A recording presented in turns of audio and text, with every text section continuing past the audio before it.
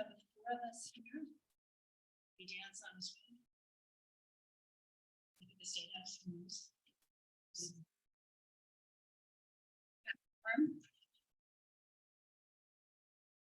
So I move that we open the meeting.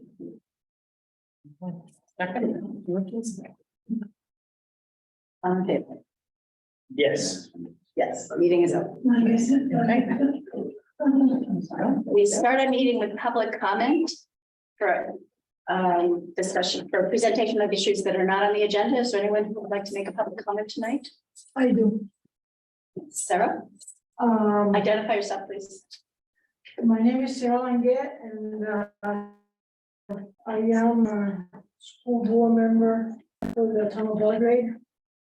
I just wanna, in late fashion, inform you of something that I was informed on our last meeting of June 7th.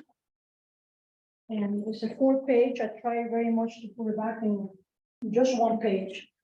But literally what you have to read is what's in yellow. There were 2 irreconcilable facts of financial information shared with us. At least for me, they're irreconcilable. The administration admitted that there was $1 million on the spending in FY22. So that for me was significant. You can read the rest of the document on that. And then also together with that, we were informed that there are 6 brand new pickleball courts at the high school. And that $100,000 were paid for each one of them. For each one. So that's all I'm informed. The rest is in the document. Thank you. We'll look at this. Is this the same information that you sent out by email? Yes, Okay, thank you. I didn't have a chance to, I saw it just. I know. I just got out of the press this afternoon. Thank you. Thank you, Sarah. Welcome. Any other public comment? Anyone on Zoom for public comment? Okay, seeing none, we'll move to review and approve minutes of June 6th. Says May 16th, but it's June 6th. Yeah. Okay. Move that we approve the minutes of the June 16th meeting. Any discussion? I didn't see anything. They were, thank you, Mary, for taking the minutes. I was like, where is she? I don't know where up there. He's in the house. Any comments? I'm also. Nope. They look great. Okay, seeing none. All in favor of accepting the minutes as presented? Peter? Yes. Melanie? Yes. Carol? Yes. Barbara? Yes. Okay, we're in favor. Thank you, Mary. All right, and moving on to unfinished business. First, we'll have a presentation from Aaron Weston on the CAI map digitization process. Very good. Good evening. My name is Aaron Weston, Business Development Manager with CAI Technologies. We provide mapping and GIS services to nearly 700 communities throughout the Northeast. So we're based out of Littleton, New Hampshire. I myself, and we provide services that range from maintaining tax maps, digitizing zone maps, to online GIS services and integrating other systems with GIS, whether it's a permitting system and that type of thing. So Lauren and I have been talking here recently for a few months. Peter and I talked years ago about online GIS services and stuff. And so I've taken a look at your existing data and maps and information, and right now, the town has some GIS data that was, I think originally prepared by the COG, as well as Mylar drafted tax maps that are updated annually. And what we're proposing is to, unfortunately, the GIS data that exists, that the COG had created, isn't really conducive to preparing GIS parcel data and tax maps from. One of the biggest reasons being there are no right of ways in that data. So typically, when you look at a set of tax maps, you see road right of ways, and parcels only go to the right of way boundary. Whereas in the parcel data that the COG has currently, there's just a center line down the road and all parcels extend to the center line. So the parcel data really is not all that accurate.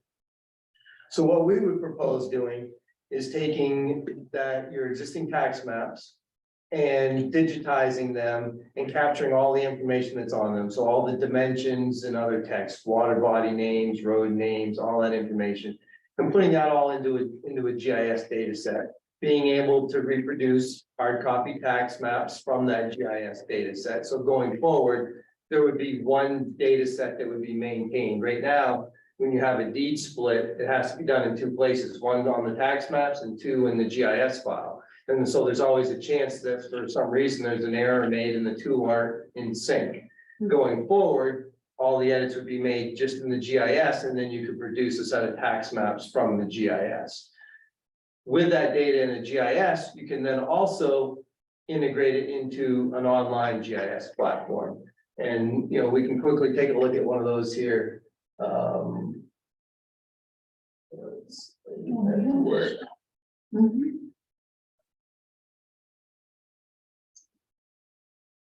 Oops.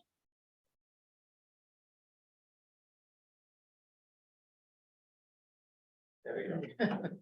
So CII is currently hosting these, an online GIS site that we call Access GIS. And we host this for over 450 community, or 501 now. You can see we have 71 towns here in Maine where we host this Access GIS service for. And this would take the GIS parcel data as well as any other data layers that exist and that are available that we might get from the state of Maine GIS, or we might get from federal government for as far as FEMA data layers and things like that.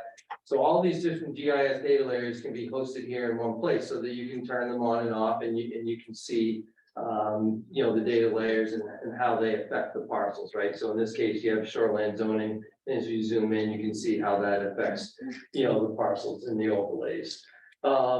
And this GIS data would be linked to the TRIO database, so that when you click on it, you would see information that's coming from the TRIO database as far as building values, assessment information, whatever the town wants to make available to the public, we can export out of TRIO, bring it into this system, and provide the town staff here the ability to keep that TRIO information up to date on our site. So typically the parcel layer, we can update it as often as you want, but a lot of towns only update their parcels once a year. As we move towards towns integrating permitting systems and wanting to do more with permitting systems and integrating GIS, we are finding that we maintain parcel data more frequently than once a year. Because if you only do it as of April 1, then if a subdivision gets approved in June, it could be a year before it shows up on the tax maps. So moving to a more frequent currency for your parcel updates is a possibility. And if we digitize your tax maps, the frequency of the updates does not impact your update price. So if you want to do it on a weekly basis, monthly basis, it doesn't matter to us. We would make the splits, make that data available in the GIS, and then once a year produce a new set of hard copy tax maps as of April 1. You just answered my question. So it was like, question, parcel updates, how much? Yeah. Perfect, check. So, this data, again, the TRIO information could be updated by the town on a regular basis to keep the owner names up to date. You use one of these systems, like if you want to perform an abutters functionality, a task that's done now that can take, sometimes hours, turns into a trivial task. Like if you want to find all the abutters within 500 feet of this parcel, right? You just simply type in 500 feet, they're all listed for you here. And then we can go ahead and we can get, a PDF report for that particular parcel and shows, all the abutters. We can, go directly into printing mailing labels for those parcels. So it really can be a time saver for municipal staff, right? So if you want to do your mailing labels, you just say, okay, print. And if you have an initial sheet, right, that's partially used up, you can gray out those labels so you can recycle your mailing label sheets, but they're your mailing labels. You can measure distance, you can measure area. You can come in here and you can turn on your different base maps. So, if you want, we have a lot of different base maps available. All the different main Office of GIS aerial photography base maps are made available in here, so you can go back and you can see a history over time as far as, whether you're looking at 2020 data, 2015 data, 2013, that kind of stuff. Aaron, Yes. this is available to the public, Correct. what we're looking at. So right they now. could actually print all that too, right? For, because we Yes. get a lot of call for printing labels for Yeah. different areas, for waterfront properties. for- Absolutely, absolutely.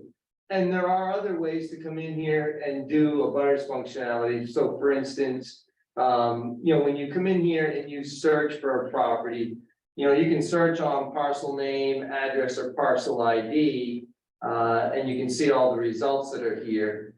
But I could also search on a particular road, like Village Street. So if I select Village Street, filter that down. Zoom out here. We'll see here are all the parcels, and I'll put a ST in just to make sure we get filtered as much as possible. Here are all the parcels addressed off of Village Street. I can create my mailing labels for just those. Or I could buffer the water body. If I wanted to select the lake and find all the owners within a foot of the lake, I could get the mailing labels for those. So you can do your butters different ways, and you can even just draw on the map a polygon if you want to select your butters. So there's a lot of different, you can measure area, you can measure distance. And then we can take and further integrate this with other applications, as I mentioned. So for right now, when we select the parcel and it zooms to it, we see a CAI property card that we put together in the case of China, based on the information that's coming out of Trio. And again, whatever fields the town wants to export out, we can include into this application. And then you have the building sketch coming from the Trio database. But we could potentially, again, it depends on what systems you're integrating with and that type of thing. But for many of our sites, we'd have a link there that would say permits. And you would be able to see the permits for that parcel. So the idea is to make Access GIS kind of be that one-stop shop where if you want to get assessment information, you want to get permitting information, you can come right here and you can get it all. We have add-on tools where if you want to start scanning documents and attaching scanned documents to the parcels, those would show up right here underneath the CAI property card. There might be a deed, there might be a septic drawing, there might be a subdivision plan, anything like that. So there's a base Access GIS platform that's publicly available. Then you can purchase what we call our staff site. Okay, and a staff site would give you the ability to have certain data layers not available to the public, or documents, like if you started attaching documents to the parcels, when you use our document tool, which is an add-on tool, but you could say, I want this document to be available to the public, but this document that I'm uploading, I only want available to those with a staff login. So maybe you might have floor plans of town office, schools, those types of things that you might want public safety to be able to have quick access to, but you don't want them available to the general public, right? So you could put those under the staff only login. And then there's again, some other tools I'd sent, the town listed some other add-on tools if you want to do advanced queries. So if you want to say, show me all the parcels sold in the last 6 months that were more than 15 acres, you could select those parcels on the map and see them, doing that type of thing. So the idea is, a public interface is kind of the base interface, and then it can grow as the town wants to grow and you want to add more functionality and data layers and things like that. One of the things that we started doing a few years ago for a lot of towns is building what we call dynamic data layers. So that under the layers section, you might have a data layer that would show sales for the last 3 years, right? So if realtors or anybody else wanted to go online and see all the sales that were happening over the last 3-year period, we color code them, show sales year 1 are in blue, sales year 2 are in red, that type of thing. But then you might want to layer, the assessor might want to layer to show a sales ratio comparison. So taking that sale price and the assessed value that's in Trio and doing a comparison on those and creating a data layer and having that data layer staff only accessible that would allow the assessor to look at and say, okay, we've got all these properties over here that are, their ratio is X as compared to the rest of the town being Y. So maybe that's an area I need to look at doing some reevaluation on, that kind of thing.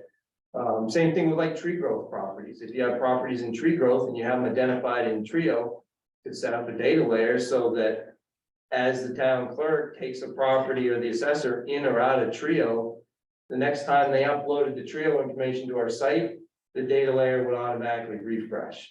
So when you create dynamic layers, the town pays a one-time fee, we create the layer, but after that, as you update Trio, it reflects. Same thing with the permitting database. If we integrated a permitting database, you maybe show layers on the map that would say, here's all of our open permits, here's all of our electrical permits, that kind of stuff. So it really, you can just go on and on and on with the different types of data layers that can be created once you get started. But the initial piece is you need to have an accurate parcel layer. It needs to be in a GIS format to really get started. And so, that is the bulk of the cost up front, is to get all that data into the GIS. And then after that, either there's an annual maintenance fee for maintaining the tax maps, as well as, hosting of the GIS site. So. You have her questions? Yes. Thank you for presenting this information. A picture speaks 1,000 words. I've been a big fan of GIS for decades. I'm glad we can see this now for the town. So that's my background there. If we decide to go ahead and use your services, can you talk a little bit about how secure the data is, where it's hosted? Yeah. That'll be important. And you don't have to fill us in on all the details, but I want to make sure the town is informed about all of that. Yeah, so we use Amazon Web Services for our hosting. And so there's lots of data redundancy as far as, very good uptime and that type of thing, with our service. So typically what happens is, we get deeds and survey plans in from the town. We update the data in a local database hosted on our server. And then that data is uploaded to Amazon, where we then host it from. That data is all, password protected, again, with redundancy. And then when it comes for a staff site, when we set up a staff site for Access GIS, each staff user will have their own username and password. The one-time setup fee for a staff site is $950. And, we don't limit the number of staff users that are on that site.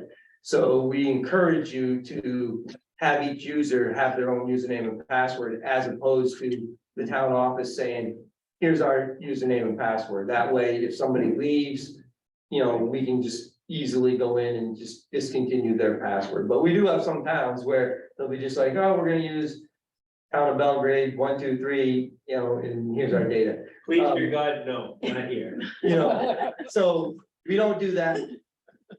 And, you know, unless you were to get to our most advanced package, there's no editing capability in what we're making available online either. So, you know, the data is a view-only application. You don't have, nobody has access to go in and do editing on any of the data layers unless you had our editing service, which we do offer to some towns that have staff who want to be able to edit their own, you know, catch basin layer or, you know, map their own culverts and, you know, do that kind of stuff, usually typically on the public works side of things or sewer and water. Those are data layers that are often maintained, you know, by the town, in some cases, but. Perfect, thank you. Sure. And what's the time frame? If we go ahead with this and give you our data, how long does it take you to? So Assemble to it. get the maps digitized and updated and your tax maps created, we're looking at 120 days. That's what we would put in the contract. And then the setup of the online GIS site would follow typically 60 days after that. Delivery of the tax maps, whatever that is. You know, we'll put 120 days in the contract, but we might get it done in 90 days. But whenever we complete that portion of the work, then 60 days from there, the online site would be up and running. Aaron, Go ahead. oh, someone I'm has. sorry, you're talking about 6 months. So, 120 days. Yeah, potentially. Yeah. Yep. So you talk about the permitting process, so Yeah. are you familiar with iWorks? Yes. So that's the program that we're currently using. Could this take place of iWorks in the sense of permitting? No. No, So our system does not do permitting, but okay, we can integrate like with iWorks. So like, you know, Old Orchard Beach is a customer of ours that has one of these sites and they use iWorks. And we have it configured where they can export their permits out of iWorks. And then we give them a tool that allows them to push that information to this site as often as they want, so that we can show a data layer that shows, again, open permits, things like that. Or when you click on a parcel, you can see there's been 4 permits on this parcel. Permit 1 was, you know, this information. Permit 2 is this data, that kind of thing. okay. So, just curious, so our assessor actually brought this, comment China to my attention. And, I brought it to Lauren's attention, but, what does the town of China use for permitting? Yeah, I don't know that they have a digital permitting system. Okay, Um, okay.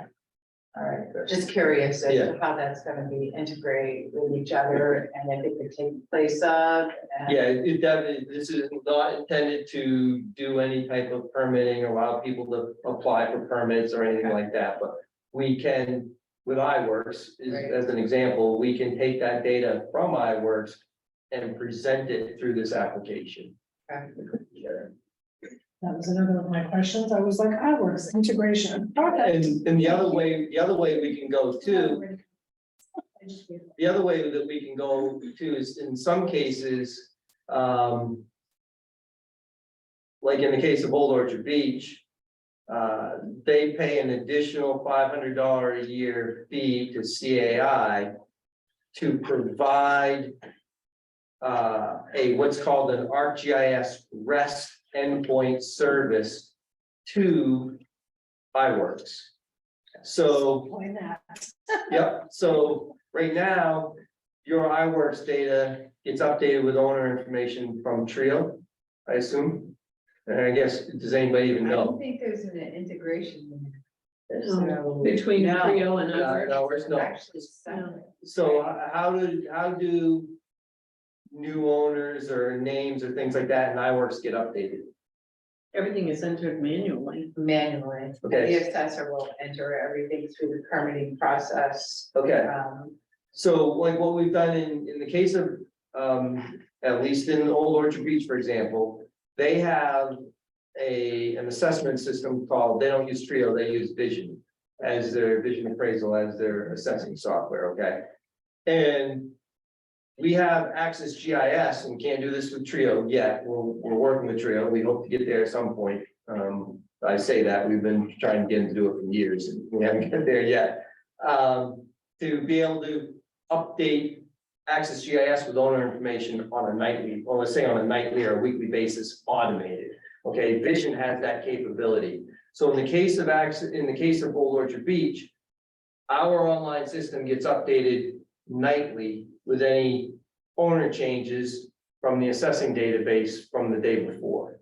Okay, then we have a REST service, an application that can take and push data from our service to an ArcGIS online account that then iWorks can consume into their platform, so that Old Orchard Beach doesn't manually enter owner information and make changes in iWorks. It's automated from a parcel layer that iWorks consumes that we make available from the assessing data that we're hosting. So it can streamline that process as well, as far as most third-party applications these days can consume what is called a REST endpoint service from a GIS data layer. But that would, and so we can make that happen. We can make that data available from Access GIS. And then if that third-party application like an iWorks can take advantage of it, they could pull in the owner information from there, which may save you from having to manually do it. And so you do the entries one time into Trio, run the tool to push that information to Access GIS, and then it would get updated, on whatever time frame iWorks is pulling it, whether it's nightly, weekly, that kind of thing.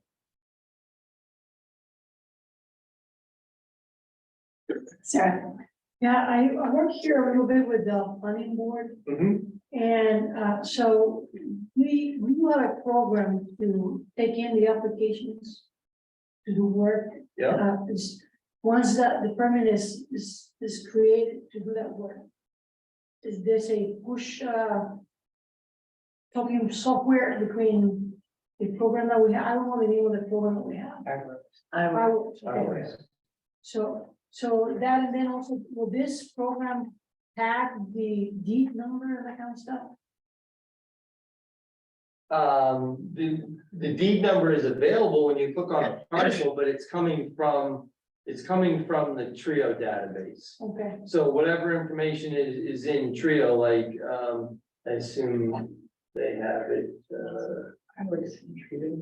like book and page number here. So this is being entered, by either the clerk or the assessor in the Chinatown office into Trio, and then it makes its way into Access GIS when they export that data and upload it.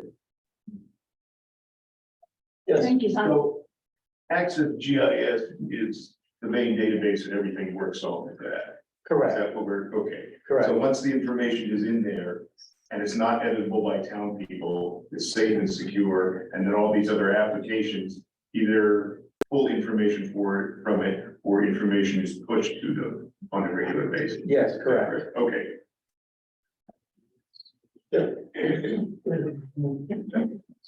Erin, when we had the ability to see on here, I couldn't see what you had for state data there on the side of old lady eyes.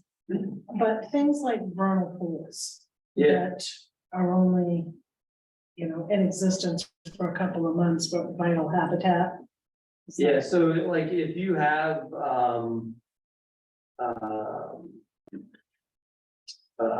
are they called?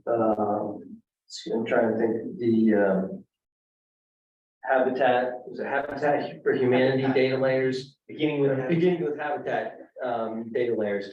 Yeah, I mean, if you have those, or a lot of towns have them that were provided to them on a CD or a thumb drive or something, you provide us those layers, we can, load them up to the site. Or if they're available for download, anywhere it's on the state site. Well, like this is an example of, these are just NWI wetlands. So you can see, all the different wetlands that are on here, all categorized.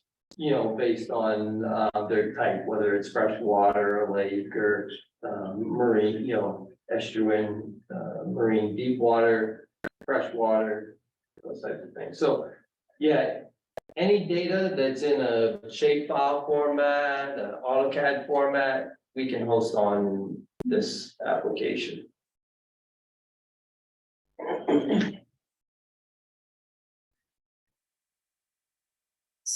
So I guess for me, when I go down through all of the extras. Yes.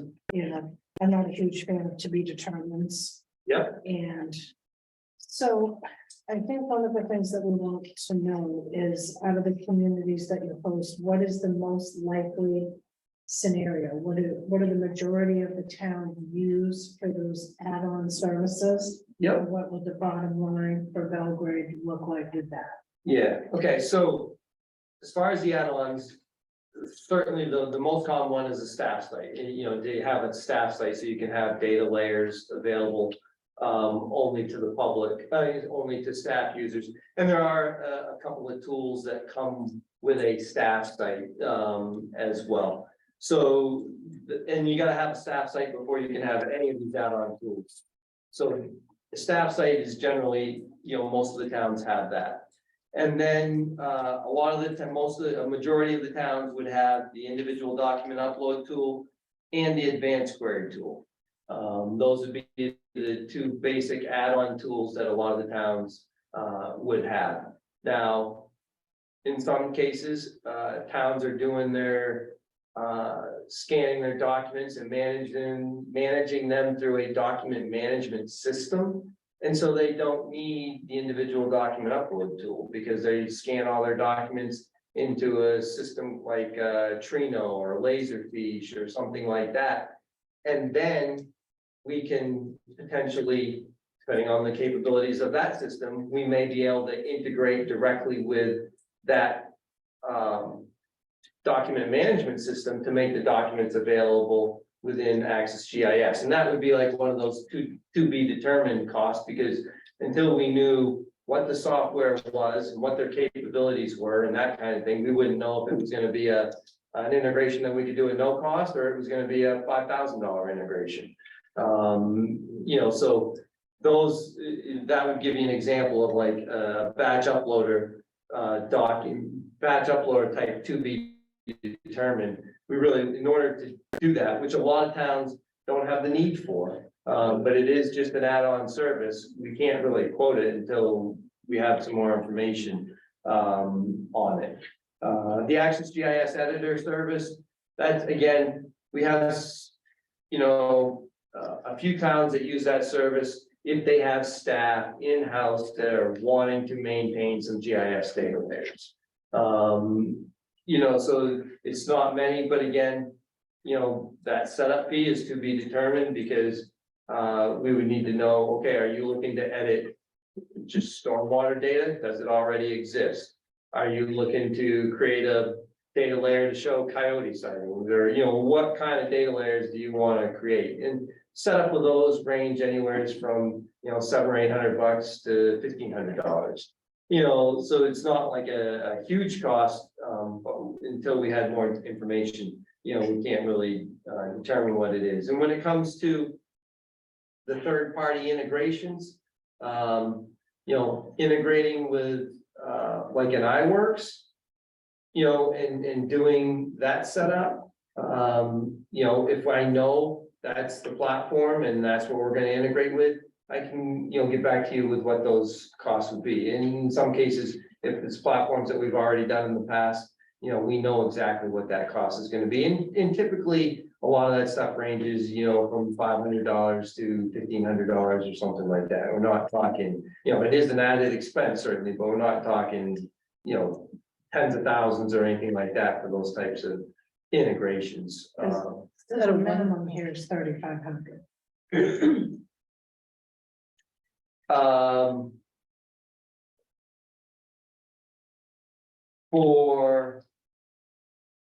For the public facing site, you're looking at a $3,000 setup fee and then it's $3,000 a year hosting for the base public site.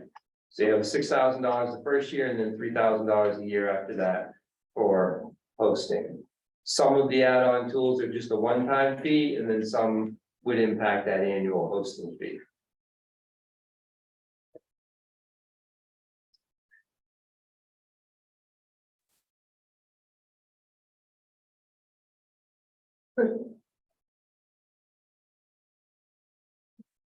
Does that make sense? Well, under the third-party system integrations, where it says the minimum you should plan on is 3,500. So it would be like. Oh, for that one, yeah. Yeah, And that's again, without having any details, but if it's one. That if we look at your iWorks and we look at it and it's very similar to what we've done before and everything, it could be, $1,000. We really just have to kind of get in and take a look at that to get more detail on that piece of it. yeah, and I'm sure you can understand, Aaron, that we don't want to think it's gonna cost us Yeah, $1,000 a year and then it costs Right. us $10,000 a year. well, in like an integration with iWorks, that's just a one-time fee, unless you want changes to it. So when you integrate with iWorks, that does not impact the annual $3,000 hosting fee. Okay, now, if you want to have the tool that pushes data to iWorks, yes, you're gonna need an ArcGIS online license, and we have a sync tool that's $500 a year to push that data to ArcGIS online. But once the data is set up to work with iWorks, unless you come to me and say, okay, in the past, we've been doing permits, and now we're doing licenses in iWorks, and we now want to get licenses on your site, there wouldn't be any additional annual cost. But if something were to change, or you said, all right, in the past, we've been showing a data layer to show active building permits. Well, now we want to go back and we want to change that, and we want to show active building permits, but we also want to break them down by type, and we want to do this or that. Added scope would impact, additional costs, but they would just be one-time fees. They don't impact the annual hosting fee. Yes. And the annual hosting fee, $3,000, if we contract this, is that fee good for 5 years, for 10 years? Is it indefinite? Yeah, so we do have some times, we have done some contracts in the past. If the town wants to say have a 3-year contract, we'll be willing to lock into like a 3-year contract. We don't really usually go out further than 3 years. Most of our, 99% of our towns is just a year at a time. I can tell you that it was before it was $3,000 a year, it was $2,400 a year. And it was $2,400 a year for about a 7-year period. And then we went to $3,000 a couple years ago. So I wouldn't see a change coming anytime soon on that $3,000. But, so just to give you an idea, we're not increasing the price very often. Like I said, the last time it was about a 6 or 7 year period before we raised the annual fee. But it has been $3,000 now for a couple of years. And then in our hosting price, the annual hosting price is based on population. So like the license agreement that we have with ESRI, where the software that we use to create these applications and to do the hosting and everything, it's based on population. So every municipality that we host under 20,000 in population pays $3,000 a year. Doesn't matter whether you're 19,900 parcels or you're Lakeview Plantation and you're 200 parcels, you pay $3,000 a year. Yes. So, Trio sketch, is that how you get sketches? Yeah, so if you created the sketches in the Trio sketch platform, Trio sketch integrates with. we can export those out, yep, and they have the parcel ID Yeah, tags because with we them. don't scanning digitization. No, you do them in the Trio platform. Right, well, we're going to. You're going to It's be. new for us. Okay, yep. Yes. And so, and the same thing with building photos. So like when you click on any one of these parcels, and you see a photo or a sketch linked to it. These are coming out of Trio, and once a year, when we upload the new parcel data and do your official once a year update, we'll grab new photos, new Trio sketches and upload those to the site. Okay. But that's another example of what we consider a batch uploader. If for some reason the town said, we want those building photos updated as, we want to be able to do them as often as we want, instead of once a year.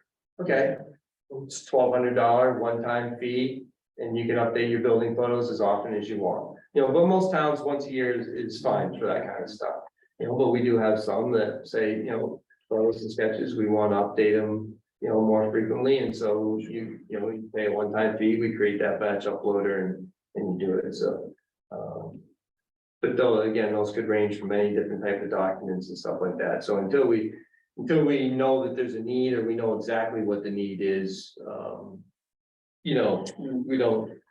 can't really put their price. I mean, most of the towns generally would start out with, the public site, the staff site, and then, if they have a need for, and they want to upload documents, then they get the document upload tool and the advanced query tool. But by getting those both at the same time, you'll notice in the email, there is a $300 a year savings if you get the document upload tool and the advanced query tool at the same time. They both have their own individual annual hosting fees, but if you contract for them both at the same time, we do reduce that fee. So oftentimes when a town purchases one of those, they go ahead and purchase the other as well. And I don't know, where you guys are at. You may have already used, up all your ARPA funds and that type of stuff, but if you had any money, this is ARPA, it does qualify for ARPA use as well.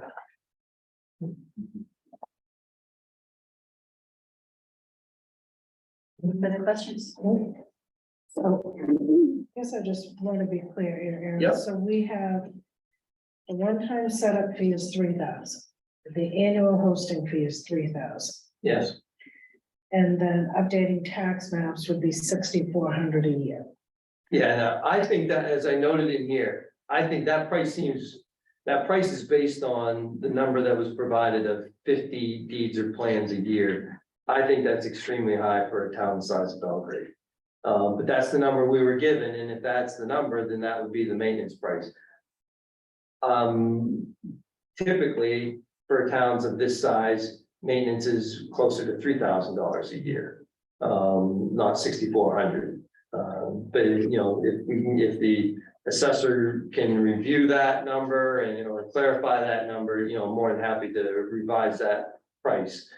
It just seems high to me, and we need to keep in mind, the only plans or deeds we're interested in are those that constitute a change on the map, not, Aaron is selling his existing lot to Peter. We only care if that has a boundary adjustment or something like that.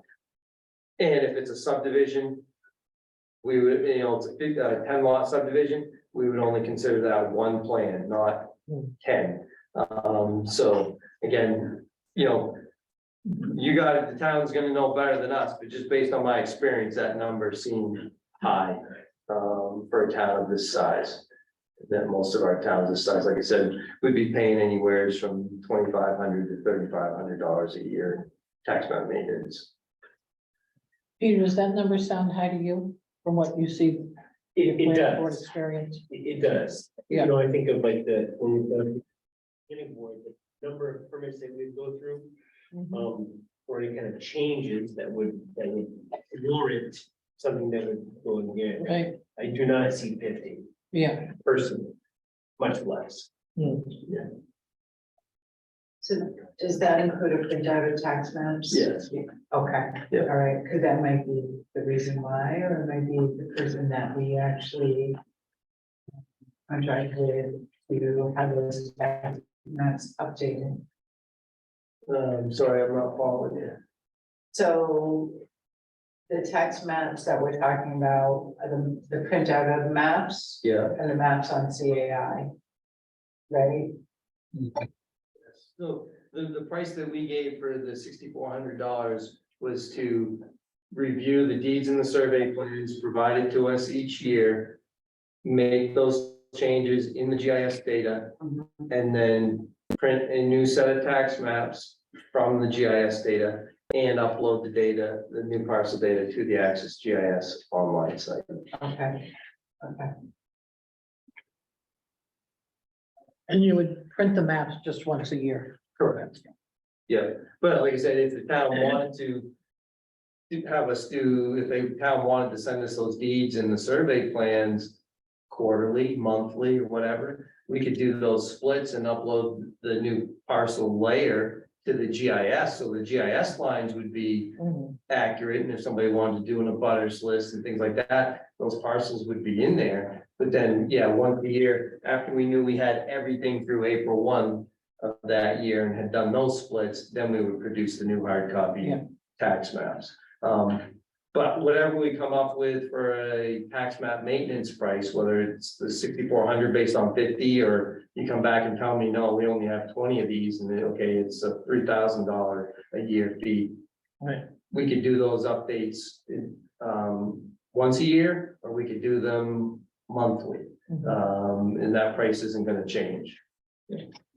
And right now, we only do them once a year, the printing of them, so Yeah. that could actually take the place of what we're currently paying for those tax maps to be printed, right? Yes, you would not, So correct, that you- that was more my point, is this gonna be able to take the place of, because these are fairly good size 2x3 yes, for 2 copies, one is a working, one is for public, and then we get like 3 or 4 small ones. yeah, like, So it could take the place of that cost. Yes.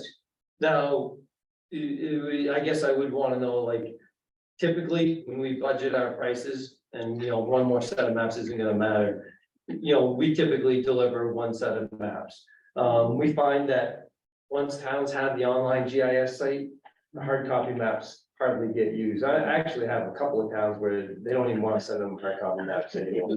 You know, we give them a set of PDFs, and that's good enough, and we rarely send the reduced size maps, because again, we'll send you a set of PDF maps, and then if the town can print 11x17 on their own Right. printer, you can print Right. whenever, as We do many that. want, and you don't end up with a set of maps that were printed and they sat over in the corner and nobody used them for a year. Right. So we typically deliver one set of maps, a full-size set of maps, with the annual updates. You know, if you want more, we can certainly deliver more, but we typically just do one set. Mary, what's that cost savings? Do you I know? don't even know, I have to go look that up, but I know we do 2 sets, one Yeah. of the large size for the which is his working copy, and I do know that our copy out here that is sitting on the table that you will see when you walk out the door, it's highly used by the public and our code enforcement officer. The public is constantly coming in, so it's 2 full size, 2x3s at least. Yeah, That we reuse. The other ones, it would be fine if we get them on CD, because we could just print those, or we could upload them to our town of Belgrade website, which would be perfect right, if people want to print those on their own. right. Yeah, The other thing, when you mentioned the working copy for the assessor, you know, completely up to however the assessor wants to handle it. But that may be a step that is no longer necessary either, in that when we're maintaining the tax maps and we're doing the work, we would prefer to get the deed or the survey sent to us, as opposed to sometimes assessors like to mark up a set of maps and then just hand us those set of maps for us to update the parcel layer it's with. currently what they do. And so that we can be assured, you know, hey, if there's any errors, they're on us, there's nothing being transposed as the deed distance gets written down multiple times and transferred, you know, there's just more chances for error. And we can also, if we have that deed, we can put the bearings and the distance right into our software and get it in there more accurately. So, you know, that may be, now some assessors still like to keep doing that, and that's okay.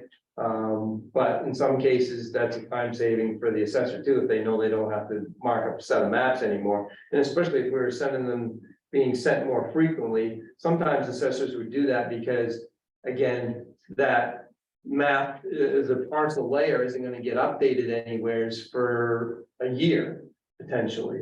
Whereas if we're doing the updates on a monthly basis, then they can go onto the GIS and see that deed that they would have sketched on the map last month, they would see it's already in the GIS, so. Sounds like it would be a time saver. Any other questions? Okay, thank you. Yeah, you're welcome. Appreciate having this and actually being able to see it on the Yeah, big if screen. you have any more questions, you know. Thank you very much for your All right. time. That's fine for you.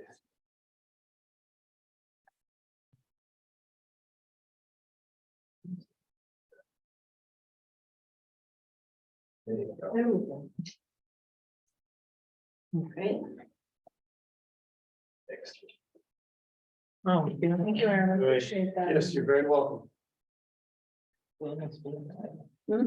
Yeah, we sent no one text them, we're going again, try to zoom in.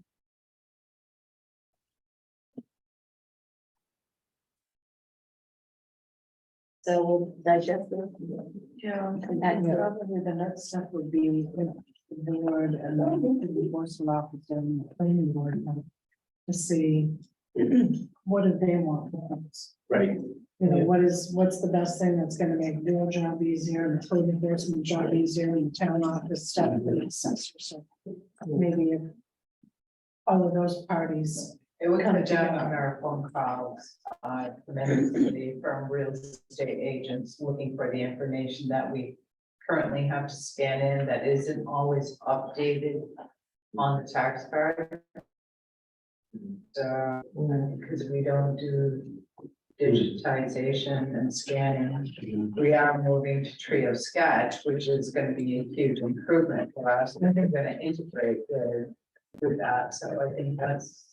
Most assessors would tell me that, I've had several tell me, I guess I should say that, you know, once they had a platform set up like that, you know, 70% of their phone calls, foot traffic, things like that into the town Our office. phone calls, They go away. definitely, Yeah, not less than 10 a day, at least if there isn't an email coming through saying. Yeah. When all these properties, it's like, okay.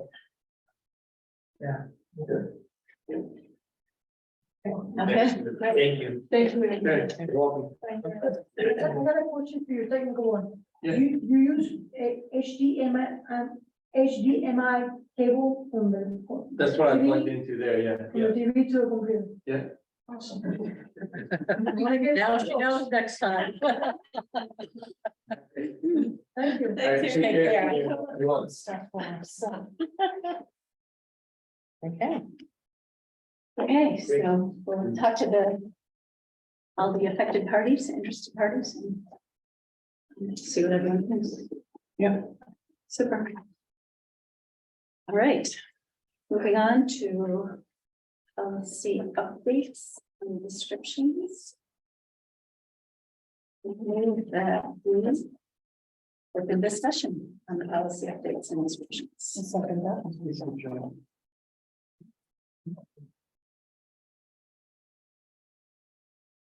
So Dan, we put this off a couple of weeks.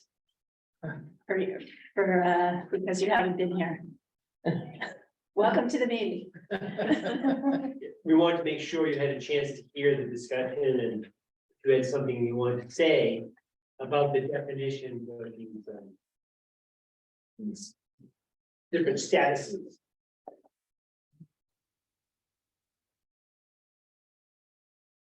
Does anybody have any discussion? It doesn't have to be just Dan, because we haven't discussed it. Right, we have not. All right, we'll take a look at it. I thought the proposed definitions would be good to go to. Yeah, I couldn't find something that I thought, oh, I don't like that, or somehow it would be a question for me. But that was from my own perspective. I'm not sure if there are words in the definitions that might, cause a stir for a minute or not, but that was my own perception.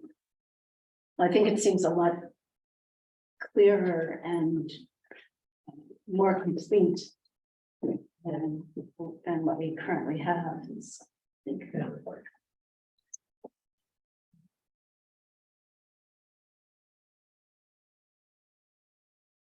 No, I move that we go ahead and accept the new proposed definitions of employees and employment status. I second that. Any further discussion? I think Dan's got his hand up. Oh, Dan, Oh, Peter. And he's muted. If Oh, no, it's not. no. That was the mouse. Oh. Can't trust those mice. That's okay, that's okay. Good catch. Thank you for seeing Good that. catch. Okay, all in favor? Peter, Yes, Kelly, Yes. Carol, Yes. Barbara, yes, 4 yeses. I'll say yes, too. Yes.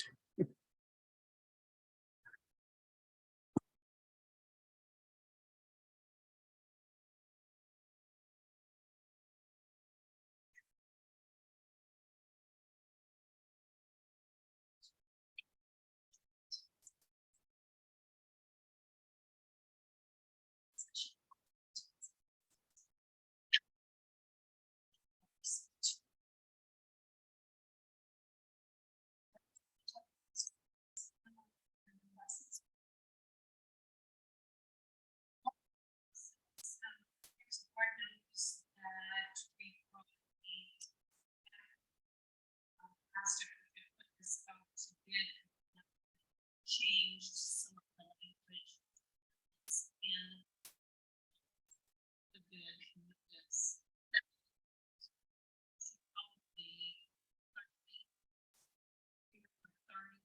About 30 people, and then students on it, see if there were questions, that sort of thing.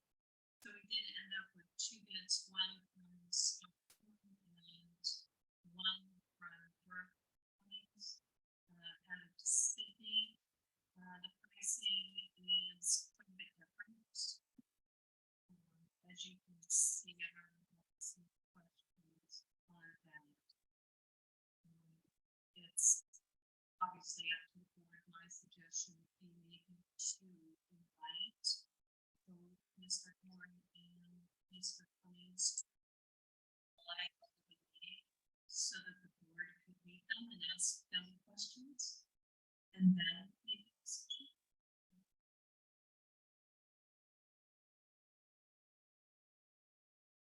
My thoughts on this, the Public Works Ad hoc Committee did a lot and came up with what we felt was probably sort of a baseline of what we would expect for a bid.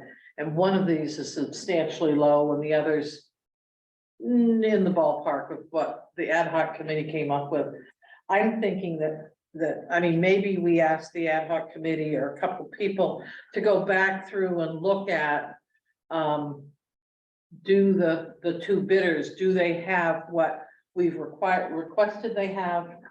Just to do a little bit of work because there's such a disparity. And from what we found, I don't know how you plow for the rate of the lowest bid. So it's just a concern I have on that one. So if we plow now for 6,500 a mile, why would 9,500 seem like too low? I think that's too low. We were talking, Tom? We said on the high end of it, we would be thinking 11,000 a mile, and if they're Well- coming in at 9,500, I say high five. We were thinking that it would double roughly. Which takes us out to about 13,000 a mile, Yeah. somewhere in there. There's a big difference. And speaking for me, I think, well, a couple of things for the committee. One, I'd just like to thank right off the bat, Mike Harrington and Mrs. Sarah Get. They really did a tremendous job between the two of them, beating the bushes, interviewing people, re-interviewing, following up, so that we got, you know, the best chance at the greatest number of bids. They really deserve our thanks for that. So, you know, chatting with another member of the committee about these bids. I mean, Scott Horn is a known quantity. He's plowed for years and years. He's plowed in Belgrade before. He understands the changes in plowing that have occurred over the last 30 years from when we plowed in Belgrade before. He'd do a bang up job for us, no question. I don't have any question about that. This other fella, I don't know, but he would be bound by the contract, you know, to do a decent job. The big difference in money, you know, if it was $100,000 or $200,000 over 3 years, I'd recommend you hire Mr. Horn just because he's a known quantity. But, you know, $1 million is a hell of a lot of money. And so, you know, it would be good to have a little more information on Mr. Cummings.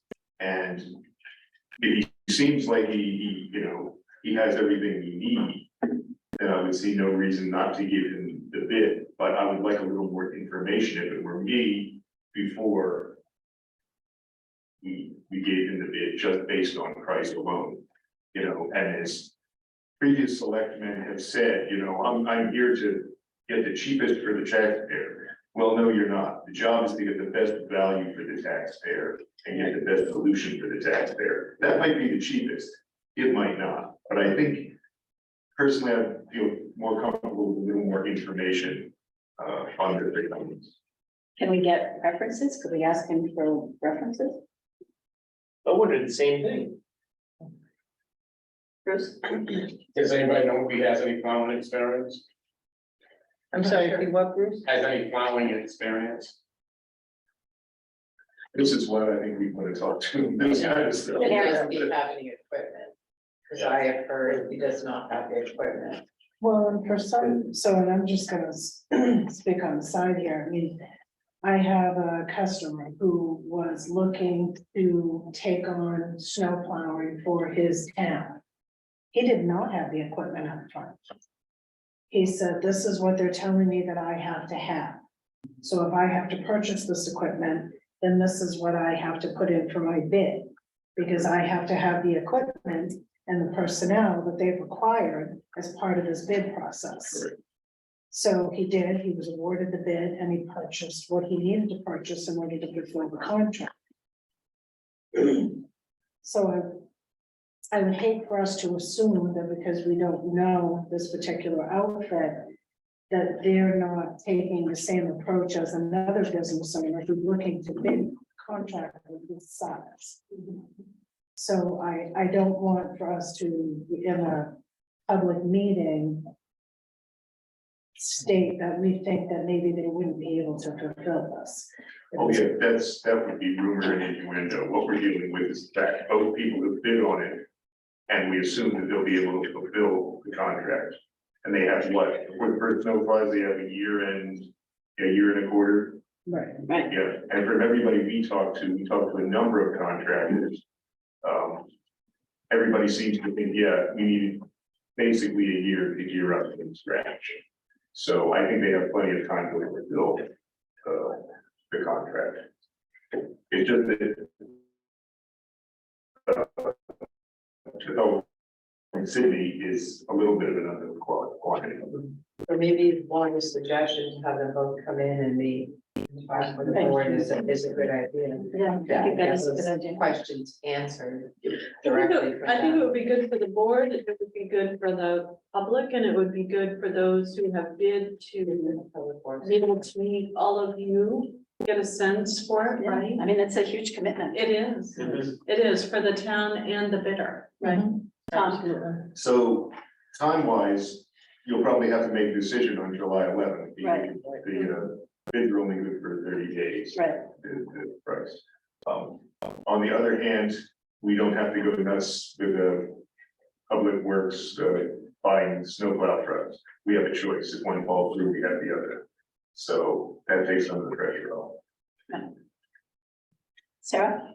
Can we ask both contractors to walk in with, written, recommendations or preferences or not? Yeah, or even we could have them in I could advance. I could ask them prior to and get those to the board. Yeah, I think it would If be, you that's a like. good suggestion. I think it would be good to have them in advance of the meeting. Absolutely.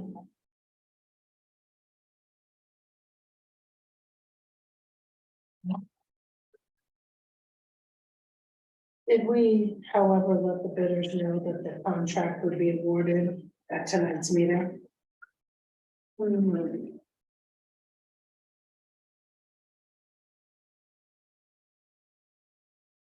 The board will review all proposals at their next scheduled meeting on Tuesday, June 20, starting at 6:30 p.m. Doesn't say they will be awarded, We'll just so review it. that you will review them. Right, and in the I was instructions. expecting them here.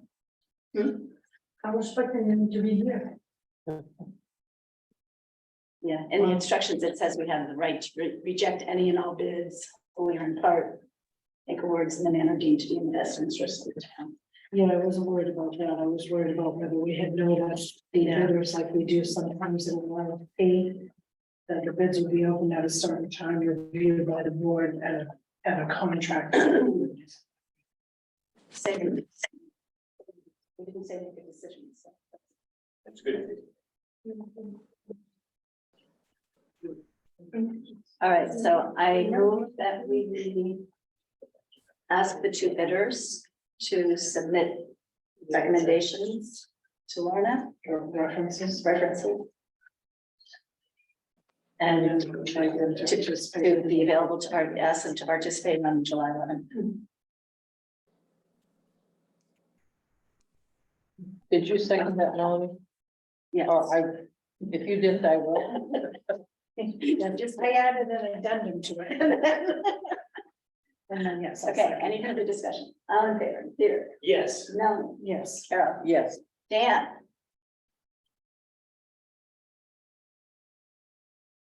Yes. Okay, 5 yeses, 5 yeses. To talk to our snowplow bidders on July 11th.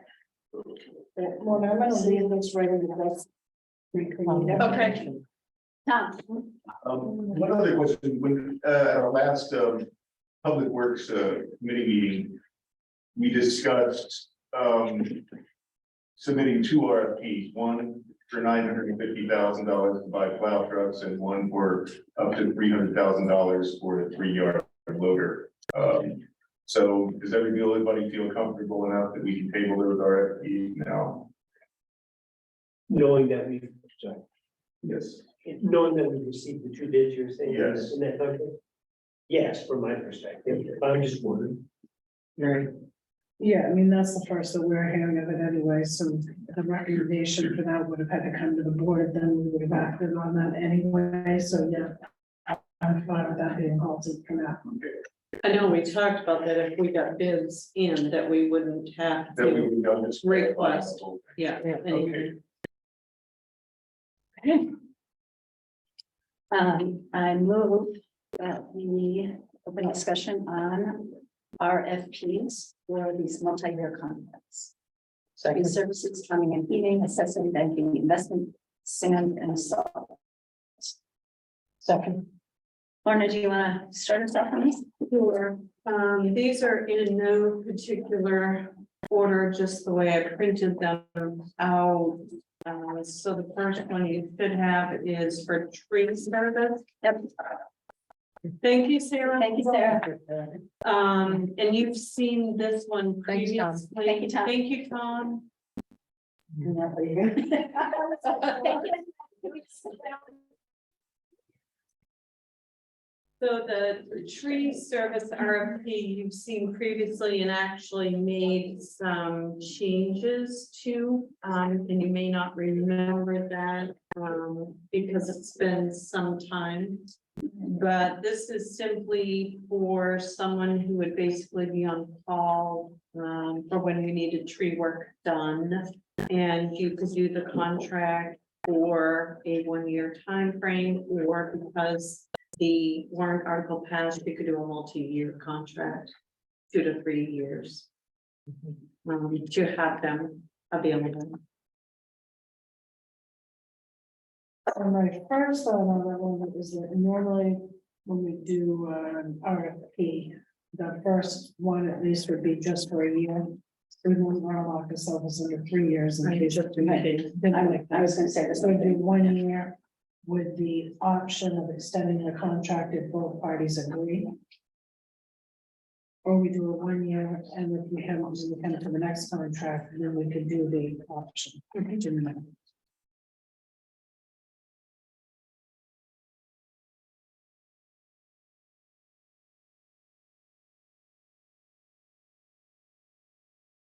So do we need to vote on these one by one? Yes. Do we need to change the fiscal year? I mean, I'm sorry, do we need to change the wording from July 1st to December 31st?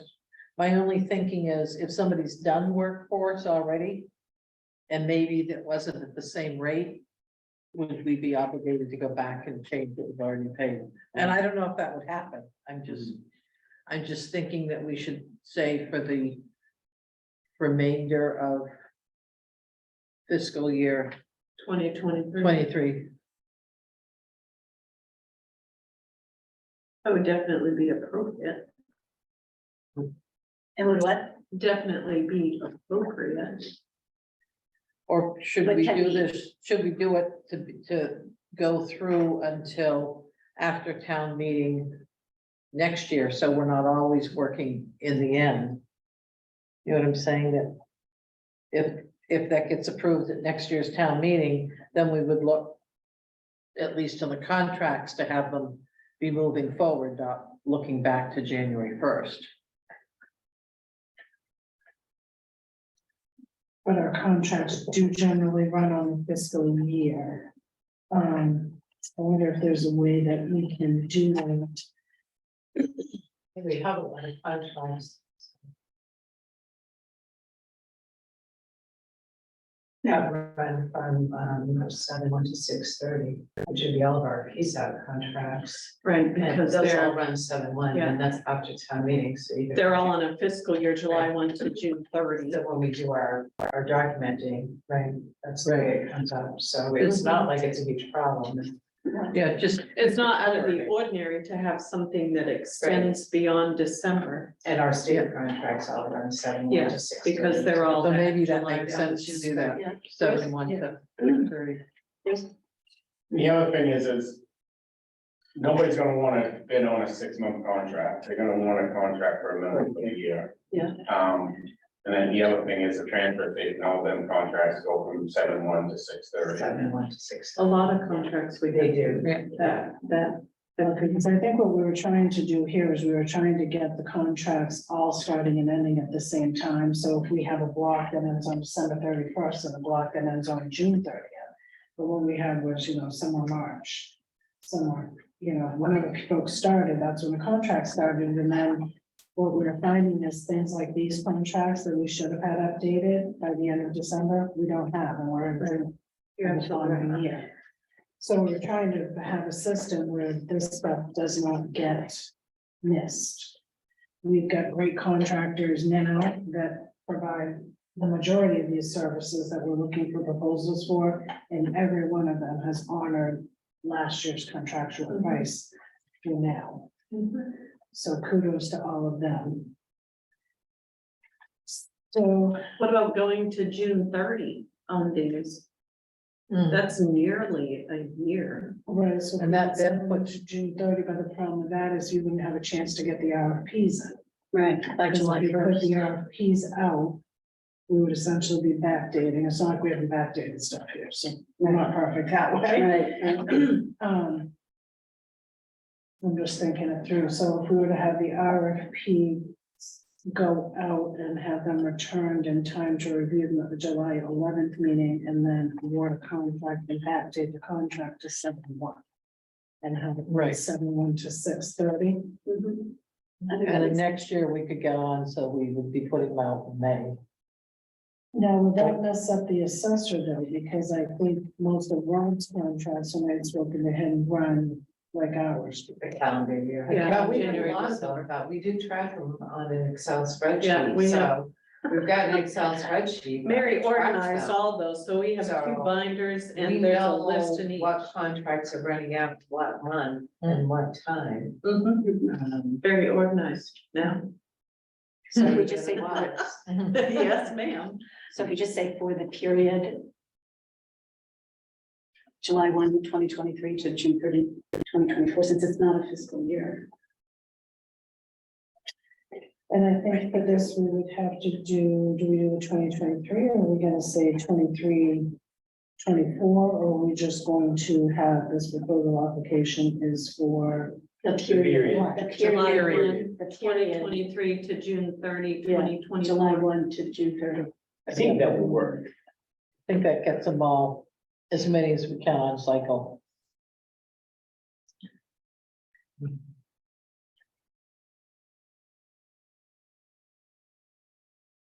Okay. So for the tree service, we want to have the proposals here by noon, on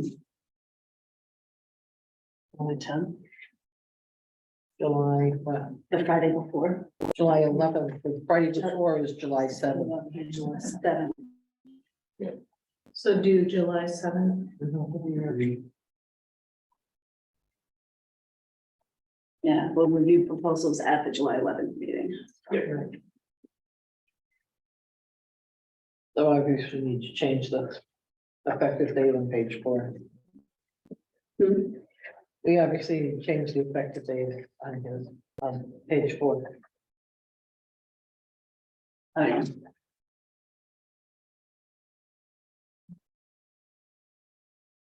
All right, I make a motion that we move the town of Belgrade RFP for tree service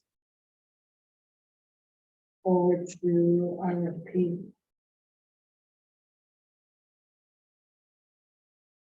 As amended. As amended. Second, More discussion? All in favor? Yes. Yes. Carol? yes. Dan? Yes, thumbs up, okay. You're so festive. You never get my speaker to work. 5 in favor. No, listen, if I had it by I would go. Okay. All right. So next up is plumbing and heating and propane, natural gas. This is basically the last RFP. All I did was change the date in it. We can just amend the dates to the same thing. Yes. Okay, so yeah, for the period. Yeah,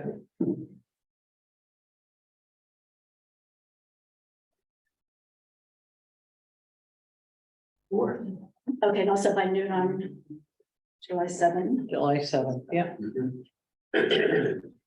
We'll work out. And then signing of the agreement runs from, should have to change that at the end as well.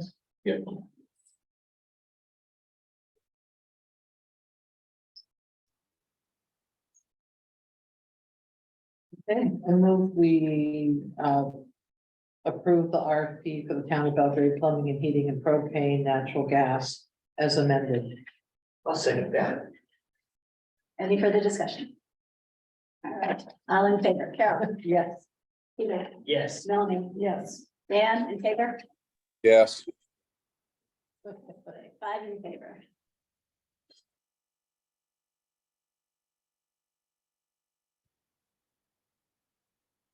The next RFP is for assessing services. Again, same proposal that went out previously, just changed the dates.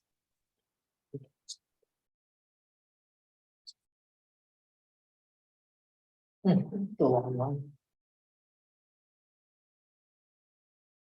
So.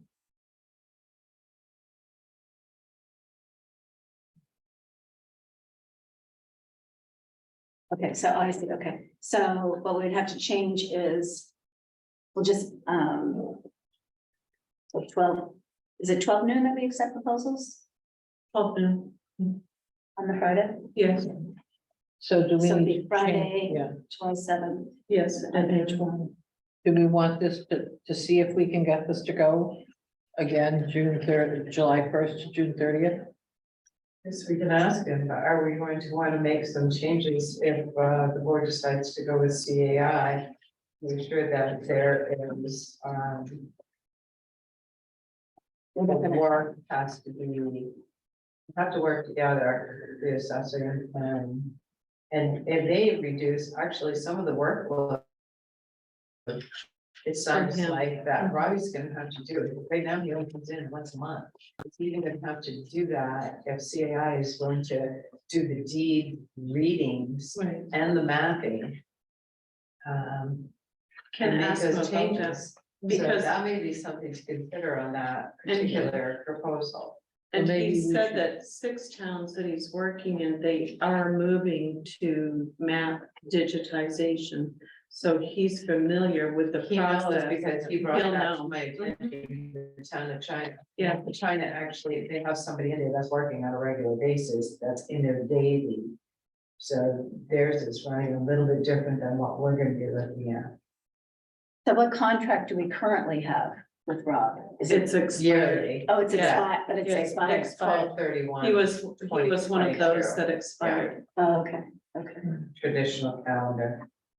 So should we maybe table this? Do you have a chance to talk with him and see how it might affect him if we go with the GIA and see if he's willing to do a July to June before we vote on it and then bring this back to the next meeting? Absolutely. Would I don't know when he's make in there. sense?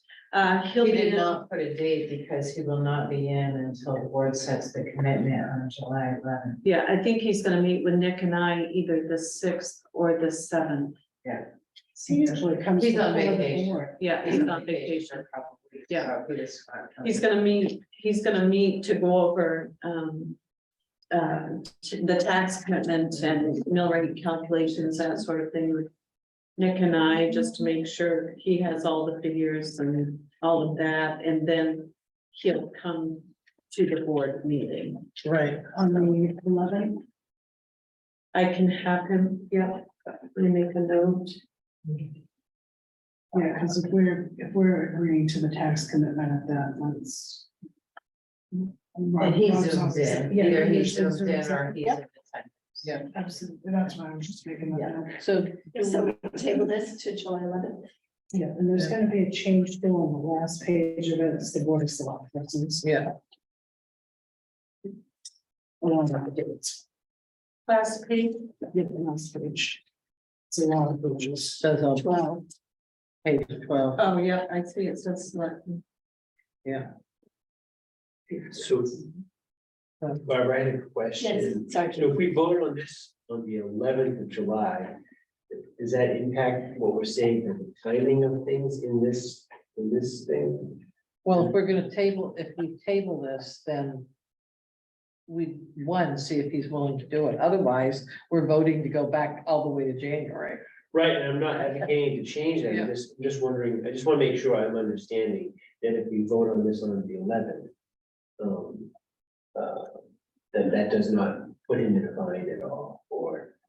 I don't think so, because he's already been working without a contract. He's already since working. January, so. That is, you know, I'm just sorry what I did when he's been here. Which is very nice, very kind, all right, thank you. Thank you for that. Rob's a Okay, good so guy. he is good. I move that we table the discussion of the assessing RFP. to July 11th. I second it. Okay, all in favor? Carol, Yes. Peter, Yes. Melanie, Dan, He's gone. Yeah, he's gone. Okay, He may be on his okay, way. 4 in favor, 1 absent.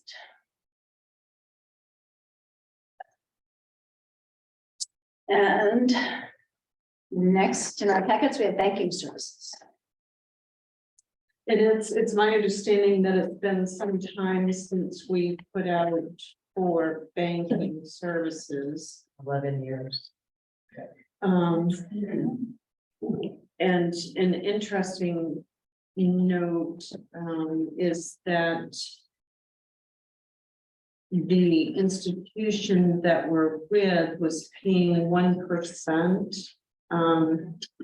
And I asked Nick to check with the bank about a higher interest rate because rates are going up. Which he did, and of course, they could offer, I think. That we told you about that a few meetings ago, we went up to 3%. But it was a little disconcerting that we had to take the initiative to get that higher rate. The bank was not proactive in saying, hey, rates are going up, so we've increased, right? Okay, well, yes, we know why, they don't do that, but. They do it when they want to keep your. The money. gentleman who worked with the town for many years, worked with Nick and Mary, has moved on to another institution. And I actually know the other guy that was with him. I had a relationship with him from Buckfield.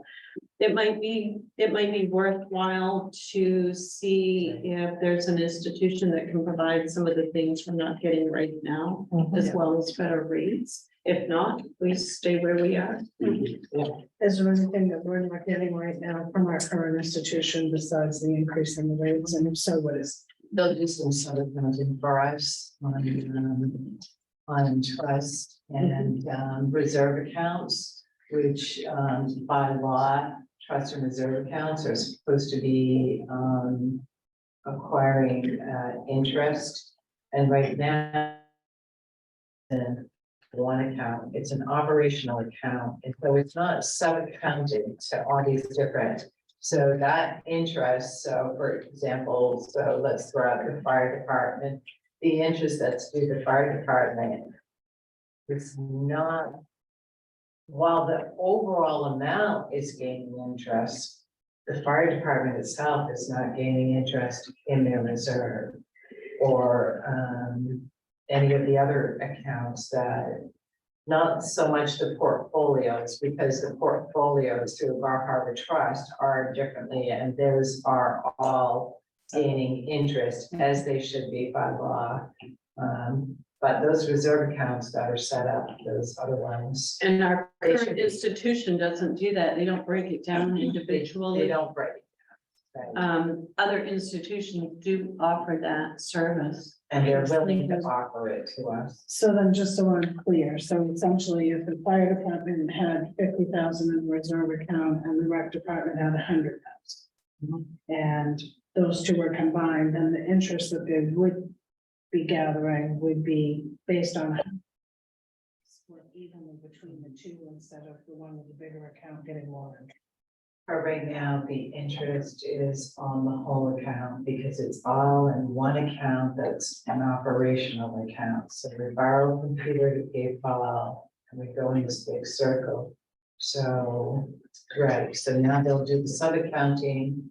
And, you know, like, when I first came and found out that things were not as they were when I left, it was disconcerting. But the, those accounts will now be gaining the interest that they deserve through this one bank that's offering Yes, that. that So I think there are opportunities out there that I think we could need to look at. to look at. That would be beneficial Yeah. Right. to the town and to staff.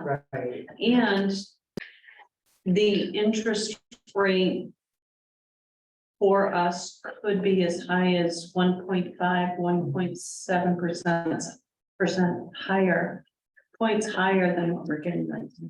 I'm getting 5.15. I just pulled everything that we can. No, we're not getting that. No, and it was just concerning when we had other banking institutions come in and offer us Right. upfront Something a higher. higher interest rate than we were currently getting from our own banking institution. And we, how And long they have we didn't been offer with? it. And we've been with them for about 12 years. It's 2012. More than 12 They years. just got complacent. They did, and that we're not paying attention. Well, you do need to pay attention, just like you do in your own personal business. You pay attention to your insurance, you go out to bid. You know, it's just good business. It's fair to ask, so let's do. Yeah, Right, exactly. if we can do better, we should, if the board agrees with that, and if not, then you can stay where we are. But now this will be another one that's a little bit weird. If we do, would we be doing more than a? So that has been an ongoing contract. That has not been like an annual contract, a 3-year contract. It's just been an ongoing contract. So I don't view it in the same way. It's almost, well, Would we it's check? not quite like tree and plumbing and like that, but it's an ongoing relationship Right, until because we you don't want to change move it. all of our eggs into that basket. Exactly. You don't want to pull them out Right. every Right, two or 3 exactly. years, you know, as That, long as that they're- was my question was, do we Right. go? Do we say, until you give us reason to do this again? Yeah, right. And would we have on page 4, would it be fair to just have the RFPs all always be open at noon? Yeah, If we change that to 12 PM, not AM. And Lorna will be up, but the rest of us. Okay. Do we want to say July 11th? Also on July Or do we want 11th? To the end of July for that, because we've got to give banks a chance to put us together. So what would we say, the 11th, the 18th? 18th is our next meeting. No, the 11th. we're doing the 11th, but we're doing the 18th, which is a regularly Okay. scheduled. We moved So the we could do 4th those, to the do the 11th. Friday. You're meeting 11th, yeah, twice. The 11th and the 18th. In 2 weeks. Okay, so why don't we say on this one, 7/18? Well, 7/18 is the meeting, why don't we Oh, sorry, have it by that Friday, which is Friday. the 14th? 7/14? Yeah.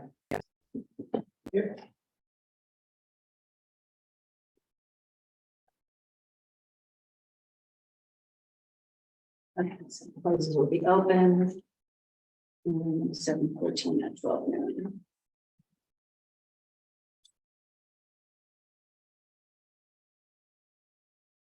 And is that second investment management service would be different? Yes. Yes. That's Bar Harbor. That's where- yeah.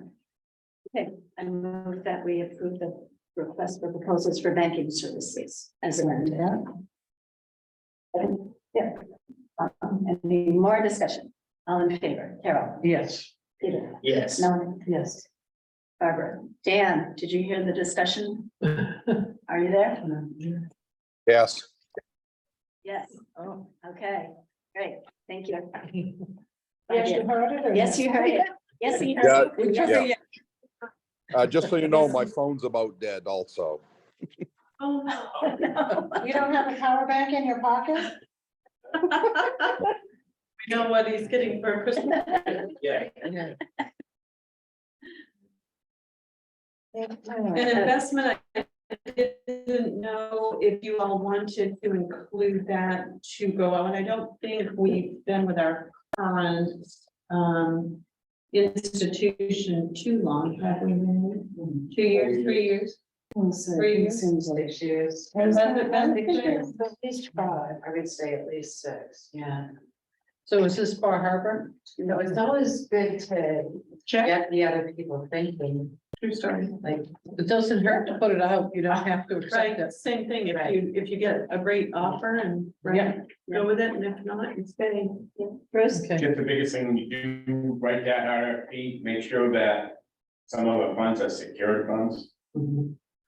That we don't go too hard on stock market, that we do some stuff that's secure, because that's, we kind of want a lot of portfolios. Right, but then we also asked them to go more conservative. Right. So part of that, is on us because we saw the way the market was trending and so did they. And in order to have it off, we did ask for them to be a little more conservative and then rebound on the other side. So something good to on that too. That's So- to make sure that money don't get out, but goes out to bid and then it's in a risky market, and then something happens, we lose it all. Point well made, Bruce. I heard you mention something to that effect meetings ago too, so. Yeah. And I don't think there's anything in the bid process that would commit us to an investment strategy. So we would do that after the bid. process. So maybe we do this with the same thing. Yeah, We with do the same one the dates as the 18th, the banking, 14th, 14th and the noon on the 18th. 14th, and do this for the 18th. So those two are together. Is that a motion? If so, I'll second it. It is a motion. I'll second it. Okay, motion on the floor to approve the RFP for investment management services as amended. Yes. And RFQ, oh, RFQ, okay, A little bit different. all right. RFQ, was the banking one an RFQ too, or RFP? No, I think the banking is.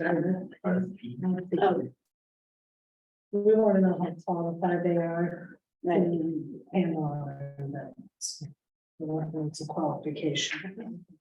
this is request for proposals for banking services. This is it.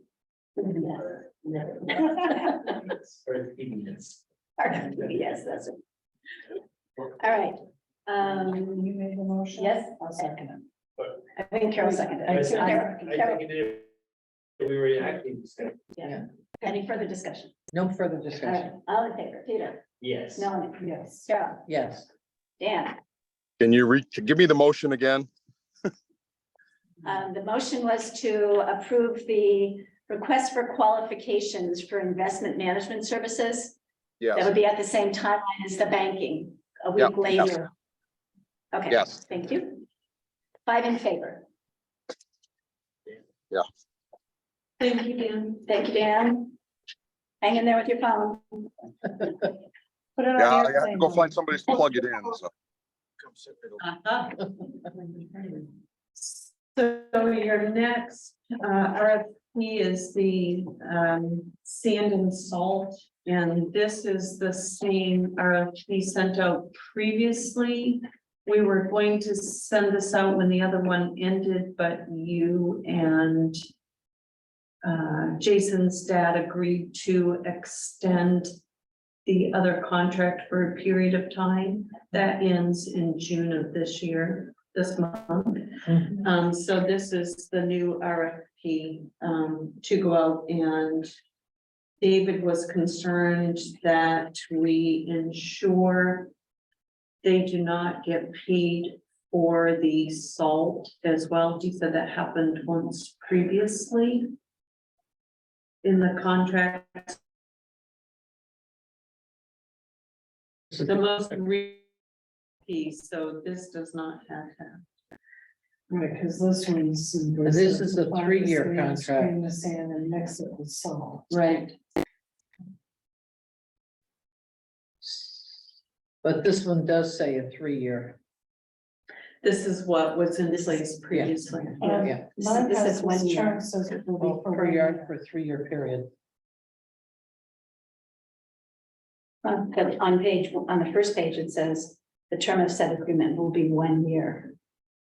Where do you see the 3-year? On page 2, I agree to supply sand, salt, blah, blah, blah, blah, blah, at the cost of so much per yard for a 3-year period. Oh, Oh, Yeah, yeah. 1 year period. You want to do that 1 year? Or I think especially if David doesn't and we have somebody different. so to change that to Yeah. 1 year? And then do And- June to July, July to June again, and why don't we have that one back on the 11th? 11th. So we'll have all those type, right. back on the And the 7th for the meeting on the 11th. Yeah, on page 2, the proposal sheet says will be accepted until 4 PM, so that would be 12 noon. Yeah.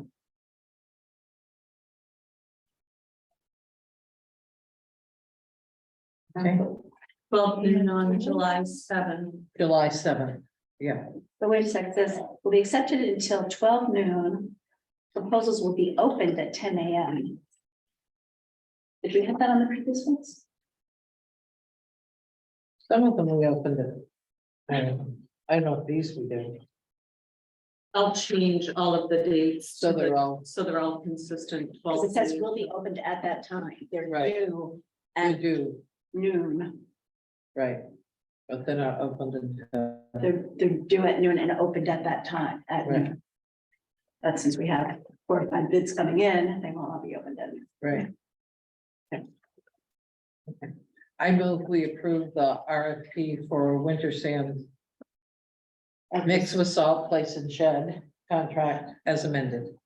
I second that. All right, one more discussion. Discussion. Do we want to make sure that we have something in here about keeping the area tidy after the job is complete? Because one of the issues that we've had with the water quality is stuff being spilled outside the entryway. So that has been an issue. And people, yeah. Not necessarily with David Stevens, but Right. he's not the person going forward. Do we want to have a line in here that, you know, states that? It would be, yeah, it would be in the paragraph, any damage done to the sand salt shed during the processing or loading will be the responsibility of the contractor. Right, that would be damage, but. Right, but this is where we would, Right. where we would expand that. Contractor is responsible to clean up any spilled material On a timely basis. or something. I would refer that to a daily basis. Daily. On a daily Because if you basis. get a rain, if you get a bad thunderstorm or rainstorm, and they got still salt outside, that's gonna get into your Yeah, water source. So I'd say I'd be, Or each day that that the Right. job is performed, I like that. because they're not gonna go there daily. No. Right. But if they're there mixing and the end of that job is to clean up the area before they go, make sure that everything's inside the building, Right. so. So say that again. So, let's see, Contractor is responsible to clean up area after each. at the completion of each, At the conclusion of each day. at the completion of each mixing day. Yeah. mixing day. Yeah. So I move we amend the RFP as discussed. I second that. Come on, Peter. Okay, any further discussion? All in No. favor of this proposal As as many, as amended. amended? yes. Peter? Ellen? Yes. Carol? Yeah, Dan? he's probably plugged in. We have 4. Yeah, 4 votes. 4 votes and abstain. Okay. There he Oh, is. here it is. There it is. Is that the bathroom? No, I had to go in and vote, so I missed whatever you were talking about that time. Oh, okay. We're amending the RFP for sand and salt contract to a one-year agreement on the same terms as the other ones in terms of dates, and that the contract, adding a phrase that the sentences, the contractor is responsible for the cleanup of any spillage at the Yes. conclusion of each mixing. Okay, yep, yes. Yes? Okay, 5 yeses. Okay. Thank you, Dan. Thank you. All right. And so the last bid that we have to consider is the property management bid. Oh, Mary. Yeah, can I just ask that the appointments be moved up? I know that Diane's here and she has some support friends here that have been waiting patiently. So like, can I ask? Is that okay to move this up? Fine with me. Yes, all right. Appointments. They were noticed on the memo that we were not appointing Diana. We are, girl. So we also had Kelsey Lee. We've been trying to appoint Kelsey Lee for a while. She's Is she not here? here and she's not on, Okay. so I don't know, I know she's very busy working with the state, she has a state job and works a lot of hours. She has a son that she runs around sports, Okay, So. Okay, well, we know that she's Just put interested her at some on point. again, and actually, I'm gonna call her this time. I did send her an email, but it came back and says, I am up till Tuesday, till Tuesday, which is today. yeah. So she never got the email till today, if she went to work. So, I mean, she's always welcome to zoom in. yeah, and I told her that, so. Okay, so I make a motion that we table the appointment of Kelsey Lee to the Board of Appeals of the Mountain and Board of Assessment and Review to the next regularly scheduled board meeting. Second, All in favor? Yes. Peter, Melanie? Yes. yes, Barbara? Yeah. Dan? Dan, Yes, Okay, thank you. All right, and we'll now consider the appointment of the town historian. Mary, would you like to speak to this? Yeah, so I just, the position has been vacant for several years now, and, I feel that, Diane Dowd, as the president of the Belgrade Historical Society, has a lot to offer the town of Belgrade in that area, and she's also somebody that, we're pretty connected, that I can rely on, we can share resources, we were just talking about sharing resources to get money to do more books without town funds. And, Diane we've been on the Historical Society for about 7 years, so I think that it would be huge. I mean, the historian in the past has been somebody that the town clerk could rely on in the event that, we were so busy, sometimes there are requests that come in that you have to sit here and you have to read some of those old documents, and you will notice that I did bring out 2 books for you to take a look at, that we did just recently pay $3,111. I went over my budget by $111, sorry. And I think it's just so important that, there are times that we don't have time to do that research, and we used to call in Ann Mears, and she would come in and she would sit for her $500 a year. And she would do the work, and she would be so happy to do it. It is about creating partnerships and working together and maybe getting some of our historical data here before I leave, all done. So it will be in good shape. We'll just drag that out.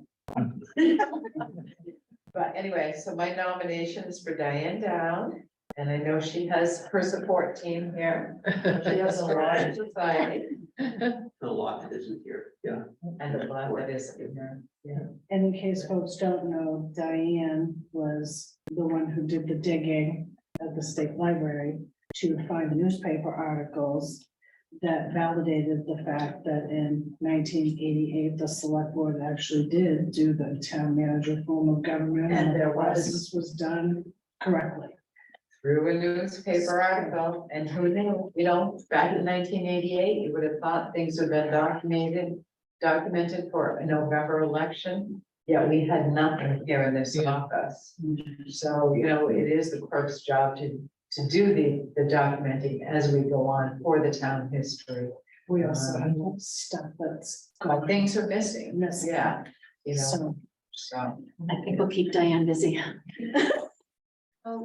That's where my experience as a 22 years as a librarian also helped, because I do know where to look for things.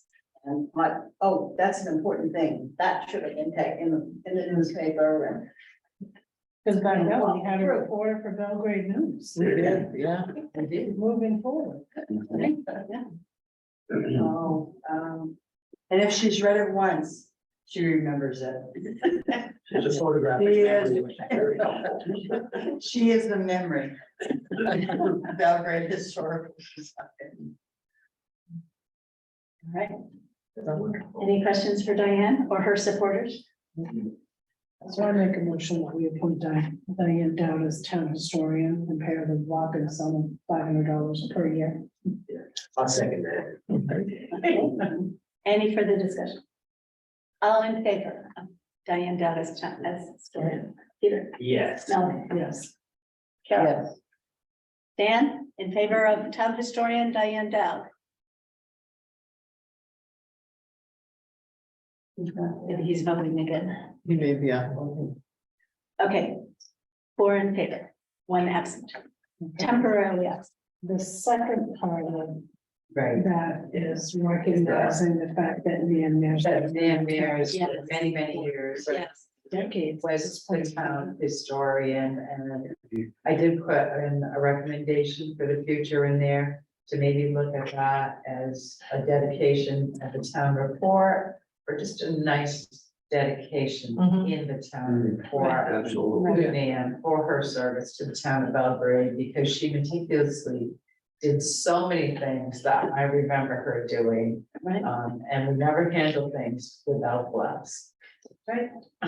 To make sure, but. yeah. She even, So, Nan anyway, even stored a lot of the documents, didn't she? Yeah, well, not the town documents, we didn't let her take those. Oh, No, they Belgrade stay history, here. Belgrade No, history. that's In the bathroom. They stay here. But, no, she did, she came in and she did a lot of work, and she did a lot of research, and I remember former clerks calling her repeatedly for things that she would have to come in, and she would sit hours, and some of that reading, I don't know if you've read through some of it, but it's very difficult to read, and it's very time consuming, and it isn't always something that we have time to do as clerks have time, so just as a second piece to consider for next year's report. Do you have a tickler file for next year's time? I've already started a tickler file for that in the spirit of So America. put in the suggestion of dedication to Nan.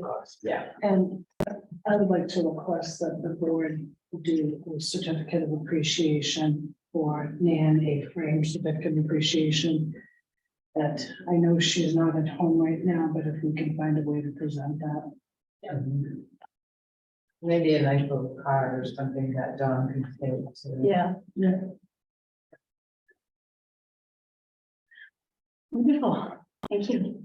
So I'm gonna Thank say- you. Okay. Thank you, guys. I'll second that. Okay, all in favor? Yes, Yes. No, Yes. Carol? yeah. Yes. Yeah. Dan? Yes. Okay. All right, thank you. Thank you. Thank you. Thank you. I just wanted to say informally, Rod Johnson, Carol's cousin, that listening to the snow plowing cost issue, I was like, you gotta be kidding me. My cousin and I plowed the roads in 72 and 3, I think it was. And we threw 42 miles of road, and the check for the whole winter was $21,000 plow and sand. So, prices have gone up. You sure you don't want to bid? Do you want to bid, Rob? Sold, we'll do it for 21,000. We'll take that contract, right? Yeah. Right. Okay. Okay. Let's move Yes. property management bids. Mary. So one more thing, I did see a little, I did put together a little job description. We didn't Oh, I talk saw that. about that, but maybe duties, maybe we could look at it and then maybe have things on your agenda. But Just hand that to. I already sent it to her, I already said, these are gonna be your duties. So just maybe consider for the future, to look at it, maybe modify it. Yeah, because we'll do the annual appointment, so maybe on the annual appointment, we can review the job description. Yeah. And she has a copy of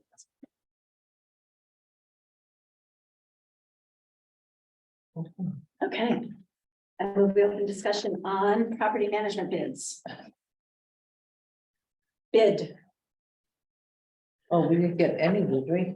Yep. Just one. Oh, we did get one. Oh, I wasn't sure this was the Spectrum actual in bid. Oakland. Yeah, Spectrum and open. Yeah. yes. Yes. Somewhere. It's not in the book. It's separate. No, it's separate. I think I emailed that out too, and then I printed hard copy for you. On I your have it table somewhere. tonight. Okay.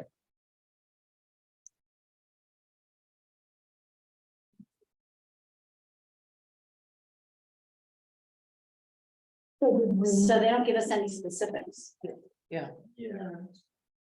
But I know the firm. I have friends who rented through them a large house in Waterville, a large house that needed some work. And I know that this firm would not be actually doing the work, but they were very responsive whenever these tenants had a need or had a problem. So I think that and I dealt with them in terms of the lease and in terms of issues of rent and so forth, and found them very responsible.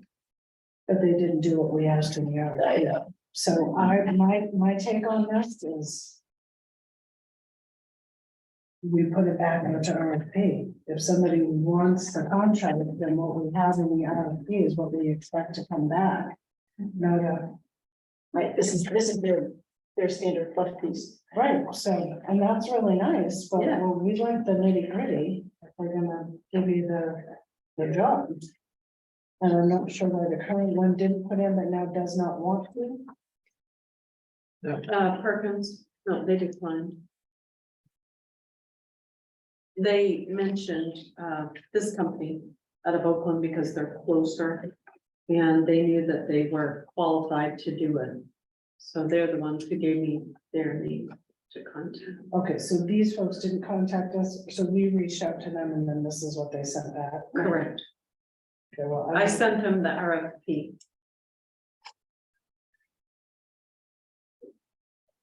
Is there a way we could ask them to fill out the RFP? And have it at a timeline to get back Have it back to us at our next meeting. the next meeting? Yeah. Is that Yeah. acceptable? July 7th. That's a magic date. It's gonna be a busy day. Yeah. If it's too busy, should we go to the week after, or I don't know, just asking, I don't know if it's. We could do July 18th because the places are gonna be ready to be rented for a bit longer. If we wanted to do that on the 18th, What is the port? the 14th and the 18th, yeah. Hey, Barbara. To have- Yeah, Dan. I gotta go vote again, but I'd recommend having the people, since they didn't really bid on it, or they're the only people, recommend having them come in and talk to the board. Okay, And should they submit the RFP that we put out and requested the information on, because otherwise. Yeah, I'd have them do that, but I'd also bring them in and actually interview them. okay, All right, so I Yeah. can step away again for a minute. okay. Thanks, Dan. Thanks, Dan. Good job. So I think July 11th is getting kind of, we have a lot on that agenda, don't we? 18, and So have see if they their can come on the RFP 8th. back. See if they come to We'll have the the RFP Yeah. back prior to that, still say the RFP. by RFP, do 7/11. RFP would be due on the 14th. 7, or do we just want to have all the RFPs come in the same day, 7/7? Yeah, 7th. And then we're gonna review this one, and we'd like to invite you to the meeting on 7/18. Right. Oh, yeah, that's fine. And that gives them a couple weeks. With plenty of time. Okay. Okay, Okay. Great. down to. That's my motion. Oh, that's the My motion. motion is that we reach back out to Spectrum Property Management, ask them to actually complete the RFP proposal, have that to the town by noon on 7/7, and we will take and invite them to the 7th one. Do we want to review it on the 11th and then decide if we want to invite them?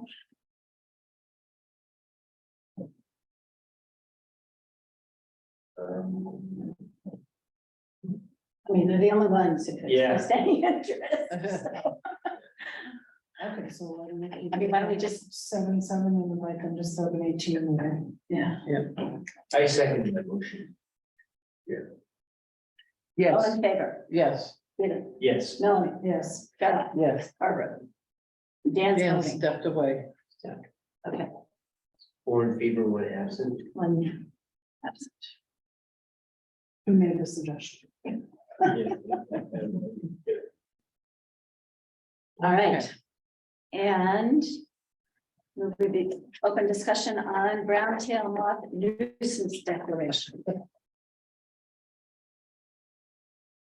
So, our public health, local health officer brought this to me to submit for a public health nuisance.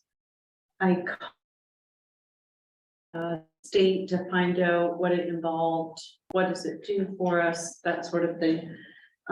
So as you can see on that very first memo sheet, a declaration does not provide really anything, does not provide access to additional state funds or services.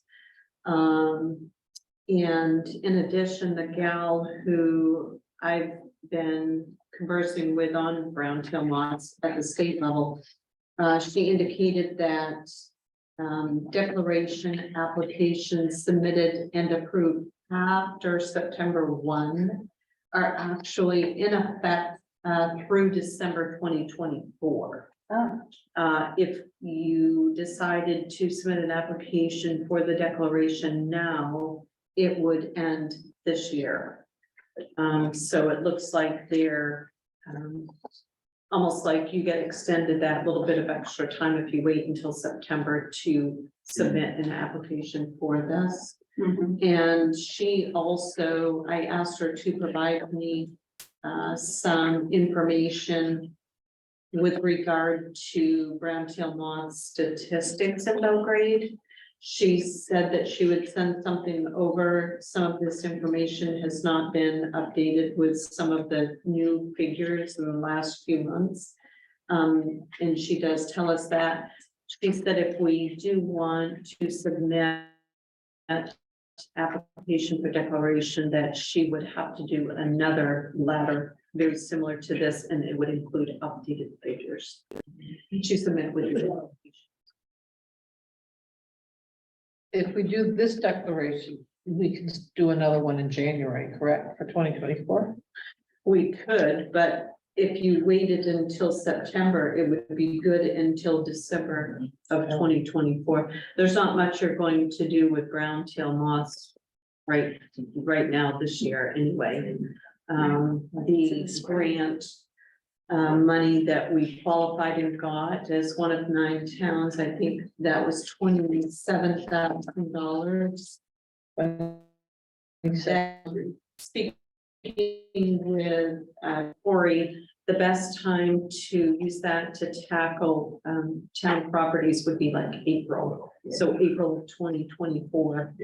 We'll start that process to nip those in the bud, so to speak, for the season. And the declaration allows us to use public funds on private lands. If the town chose to use town funds, yes.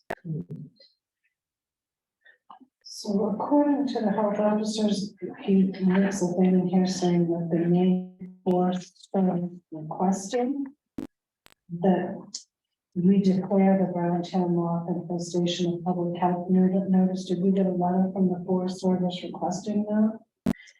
He asks the Maine Forest Service to prioritize the allocation of resources. Where do you see that they He asked says us? in his letter, therefore, I wholeheartedly support the Maine Forest Service request to declare the brown tail moth infestation in Belgrade a public health nuisance. And it's right in the first paragraph. So can we see the request from the Maine Forest? I don't have a copy of any request from the Maine Forest Service. Okay, so we wish. I'm not sure where he got that information, because if you look on the next sheet, the information provided by the state, that's their application checklist. Oh, but the attachment, you can attach letter from Maine Forest Service. And Letter letter from from the health local officer. health Right. officer. So maybe So if you had one that he has a would be- letter. I don't think so. I haven't seen it. He hasn't provided it. So 2 things. One, I would just like to commend Lorna on figuring out there was a grant, filling it out and getting us $27,000 And that was her own initiative to do that. So I think we should just thank her for doing that. Thank you. The other thing is, I'm just looking from optics. There's so many people that are upset about Browntail Moss that if we declare it a nuisance, it's like the town says, yes, we know, we're not gonna. But you could do it again. That's the only thing I see with declaring this is it just acknowledges that we know about it, it's an optics. I think it's more than optics, because if we declare it, then the declaration allows the municipality to use public funds, municipal funds, then that increases the expectation that we will help people out on their private property, Which I don't which is never, that's a never ending expense, I think, exactly. on the part of. Well, I mean, we don't have the money to do it, so, I mean, it's just. Yes, Melanie, if you look at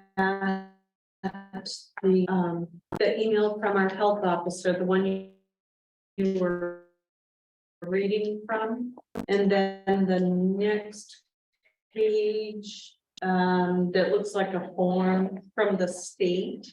Now look at the next page, the letter from the gal that I've been conversing with about Browntail Moss at the state level. Look down at her signature line. Oh, she's from Maine. So there's the Maine Forest Service letter. Right, Yeah. but they didn't request. No, This letter requested.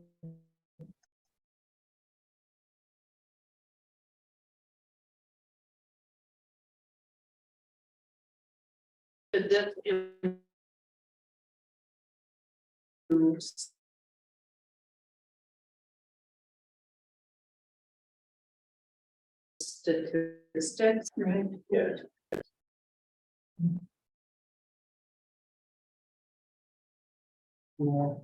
Um,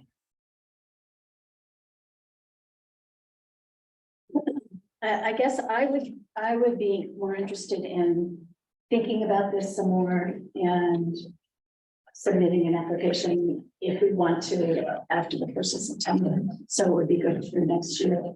And that would give us a little bit more of a sense of what, the outlay might be in terms of it, what's our responsibility. If this is clear, because then there's an expectation, just as there is with keeping the roads clear. Right, And if, this could get extremely costly, exactly. and,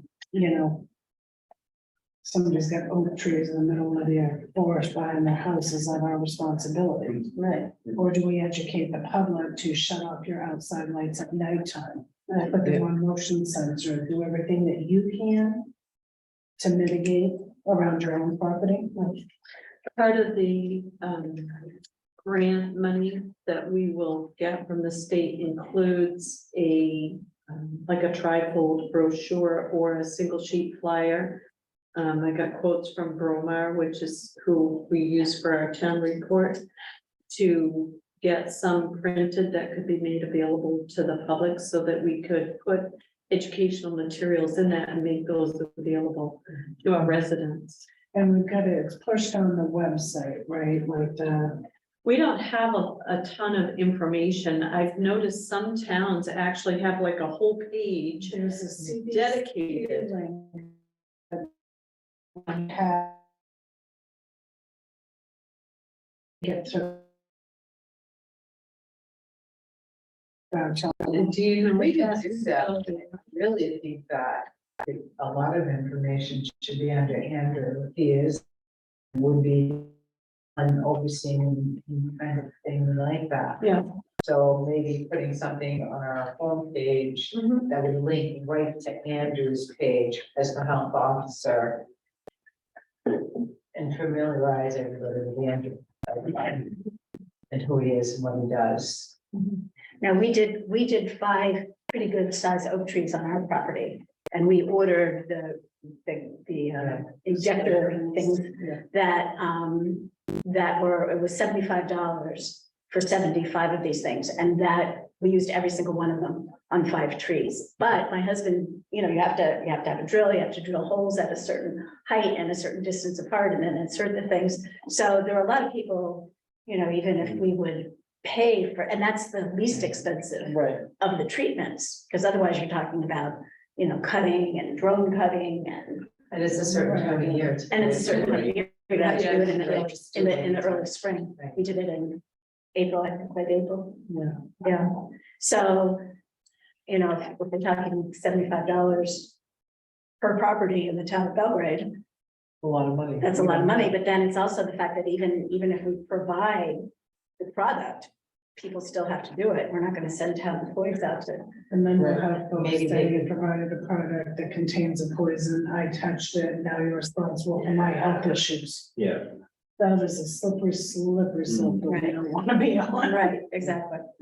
So that's why I just question, you know, do we open up Pandora's box by declaring a health? Can of brown tail walk, caterpillars, we don't wanna open that can. I think we have to sit in this. So I make a motion that we table the brown tail moth nuisance declaration until the first meeting in August. Will that give us time to review it? We'll get through all the RFPs, we'll get through all the stuff in July. And then if we decide to do the declaration, we could do it after September 1st. Dan, looks like he has a question. Dan. Oh, Dan, Yeah, I'm in favor of tabling it. They just ended here, so I'm getting ready to go out of my truck. How much do you guys have left for tonight? Warrants.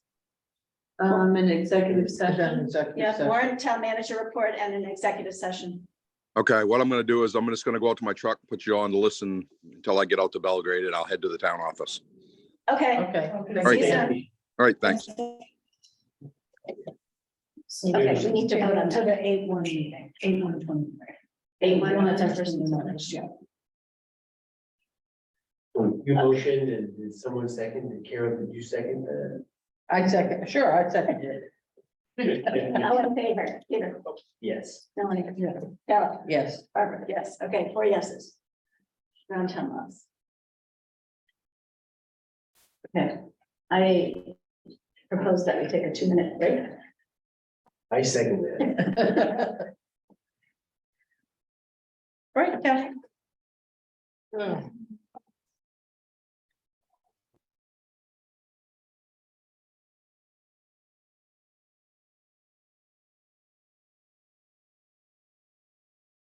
Yeah, Amazon Prime is on page 3 for $500. That's an annual membership fee. Ooh, Yeah, I don't think I've ever seen that on. because I asked the same thing and Nick said we paid it last year. But it's for an individual. I think I pay over 100 as an individual isn't it up to $15? for Prime. Think Yeah, so? I it's mean, like about 23 a year or something like that. yeah, Yeah, but it used to be 99 and then it Right. went up. yeah. But this is for in a sense, a business, right? But this isn't an individual. Personally, and if he just orders everything. No, it's actually a town account. It's not an individual account. So Laura, do you think that we're getting good value still from the Amazon Prime? Oh, we use it all the time. Okay. We bought a picnic table for $1,400. We really so do that use it a lot. I paid We do use it probably quite a quite bit. to ship And I it. know fire department uses it quite a bit, buying like batteries and stuff like that. Yeah, we do use it. it. And then, speaking about bench donation on the page 4, well, it's under the picnic table for $1,400 is actually coded under bench donation.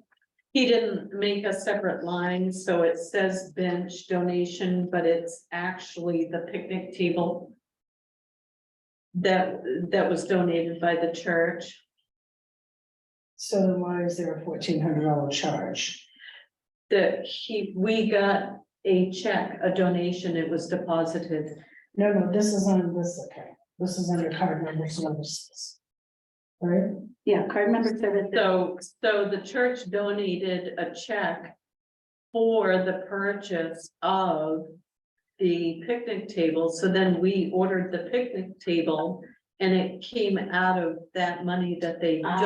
donated and Okay, it was deposited. Got it. So there was no cost to the town Got it. because the money was donated. Okay. But we had to purchase. It wasn't purchased and then they brought it and Wasn't set an it down and in-kind said, contribution. here it is, right? Got it, So, okay. does that make sense? So that 1418 or $1,500 That or we whatever. that- received that. Yeah. We received it, That, yes. because emails Yep, we received. yes, we received it. And while we're talking about that, we had $1,000 come in today from the Greater Cincinnati Foundation, a donation to the library. Nice. Very good. Is that a trust account for someone? It says Mr. and Mrs. Will Mitchell, Right, so Bill Mitchell. Bill Mitchell. so Came out of there. I'll do it, when we get these, I always do a handwritten thing. Nice. Or is it Libby Mitchell's son Will? I'm sorry? Or is it Libby Mitchell's son Will? This is Will H. and Lynn M. Mitchell Fund of the Greater Cincinnati Oh, yeah, Foundation. that's not Bill and Vicky. No, so I think that might be Libby Mitchell's son. Loveland, Ohio. William. They have it. It's the one that I think it is, Bill and Lynn, it's a Bill and Lynn on Silver Point. Mentioned, The address here is Loveland, Ohio. yeah. Yeah, that's And the- their house is The in permanent Ohio. residence, yeah. They live in Ohio, so. Very generous. Nice. Yeah, very nice. Good. All right, any further questions on the warrant? We have a motion on the floor. That's been seconded. Who seconded? Carol did. Carol seconded. I seconded it. Okay. Anything else? Going once? Going twice? And everything else. Okay, all in favor? Peter? Yes. No. Yes. Carol? Yes. Dan, are you voting on the warrant? He's driving, I think, but if he's listening. Continue to listen. Do not interact with your device. Okay, 4 in favor of warrant, AP warrant number 70. All right, I move that we approve warrant number 71, payroll warrant in the amount of $19,881.42. Second. Second, Second and third. Yeah. okay, Good question. yes. Lorna, do you feel like the accounts are at an appropriate burn rate for the year? Yes. The last update I gave you was it a month ago? But yes, we're pretty much on target. Yeah, we're not over. That was it. Okay. Any other questions? All in favor of payroll warrant number 71? Peter? Yes. Norman? Yes. Carol? Yes. Barbara? Yes, 4 in favor. I move that we approve warrant number 72 to the mixed state of Maine B&B in the amount of $7,285.42. Seconded by Melanie. All in favor? Carol? Yes. Peter? Yes. Melanie? Yes. Barbara? Yes, 4 in favor.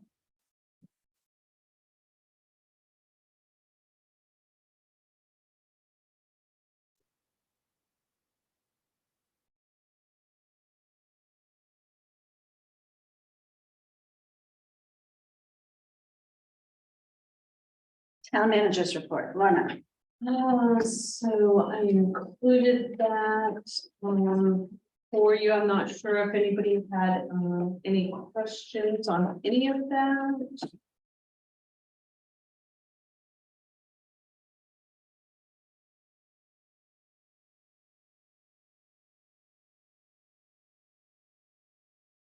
Thinking of the PSAP. This is our last meeting in June. And we have to let them know Yeah, by June 30th. yes.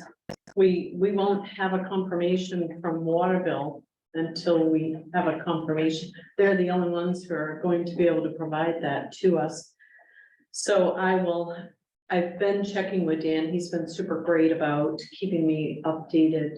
Dan McKenzie. I'll make a note to contact him in the morning. To see if there's any, it looks like they're going to be allowed to do that. What about? So, yes, Yeah, so then it will be a matter of, us accepting, I think. It's a formality, Right. because we have to have it anyway, right, we're required. right. Just so the state knows that. we're- Right, yes, we just have to notify them of who that will be, they're gonna know, because Somerset dropped all of us and we're all gonna go to Waterville, but. And the director of the RCC sent out the communications to you and then. Yeah, And I see him daily, so I know him.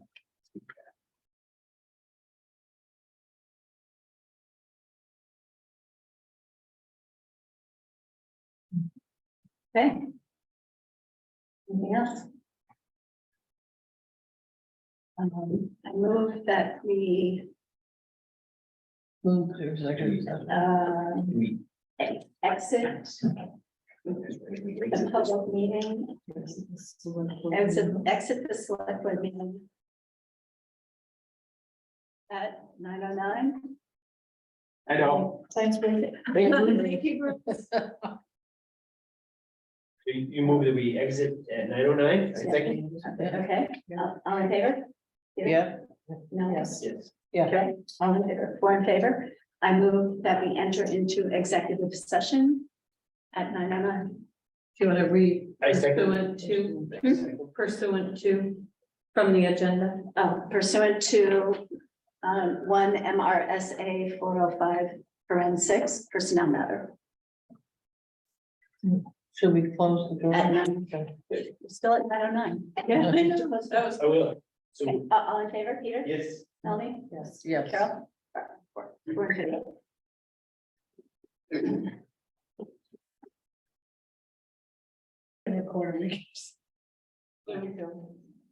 So exit, Melanie, you did. Executive session at 9:56. I make a motion that we bring into the select board meeting at 9:57. I second that. All in favor, Peter? Yes. Melanie? Yes. Carol? Yes. And All right, and I make a motion that we adjourn at 9:57. I second that. Yes. all in favor? Yes. Melanie? Carol? Yes, yes. 5 in favor. Okay, oh, no decision. No No decision. decision made. The decision was made in executive session. So, Right. this seems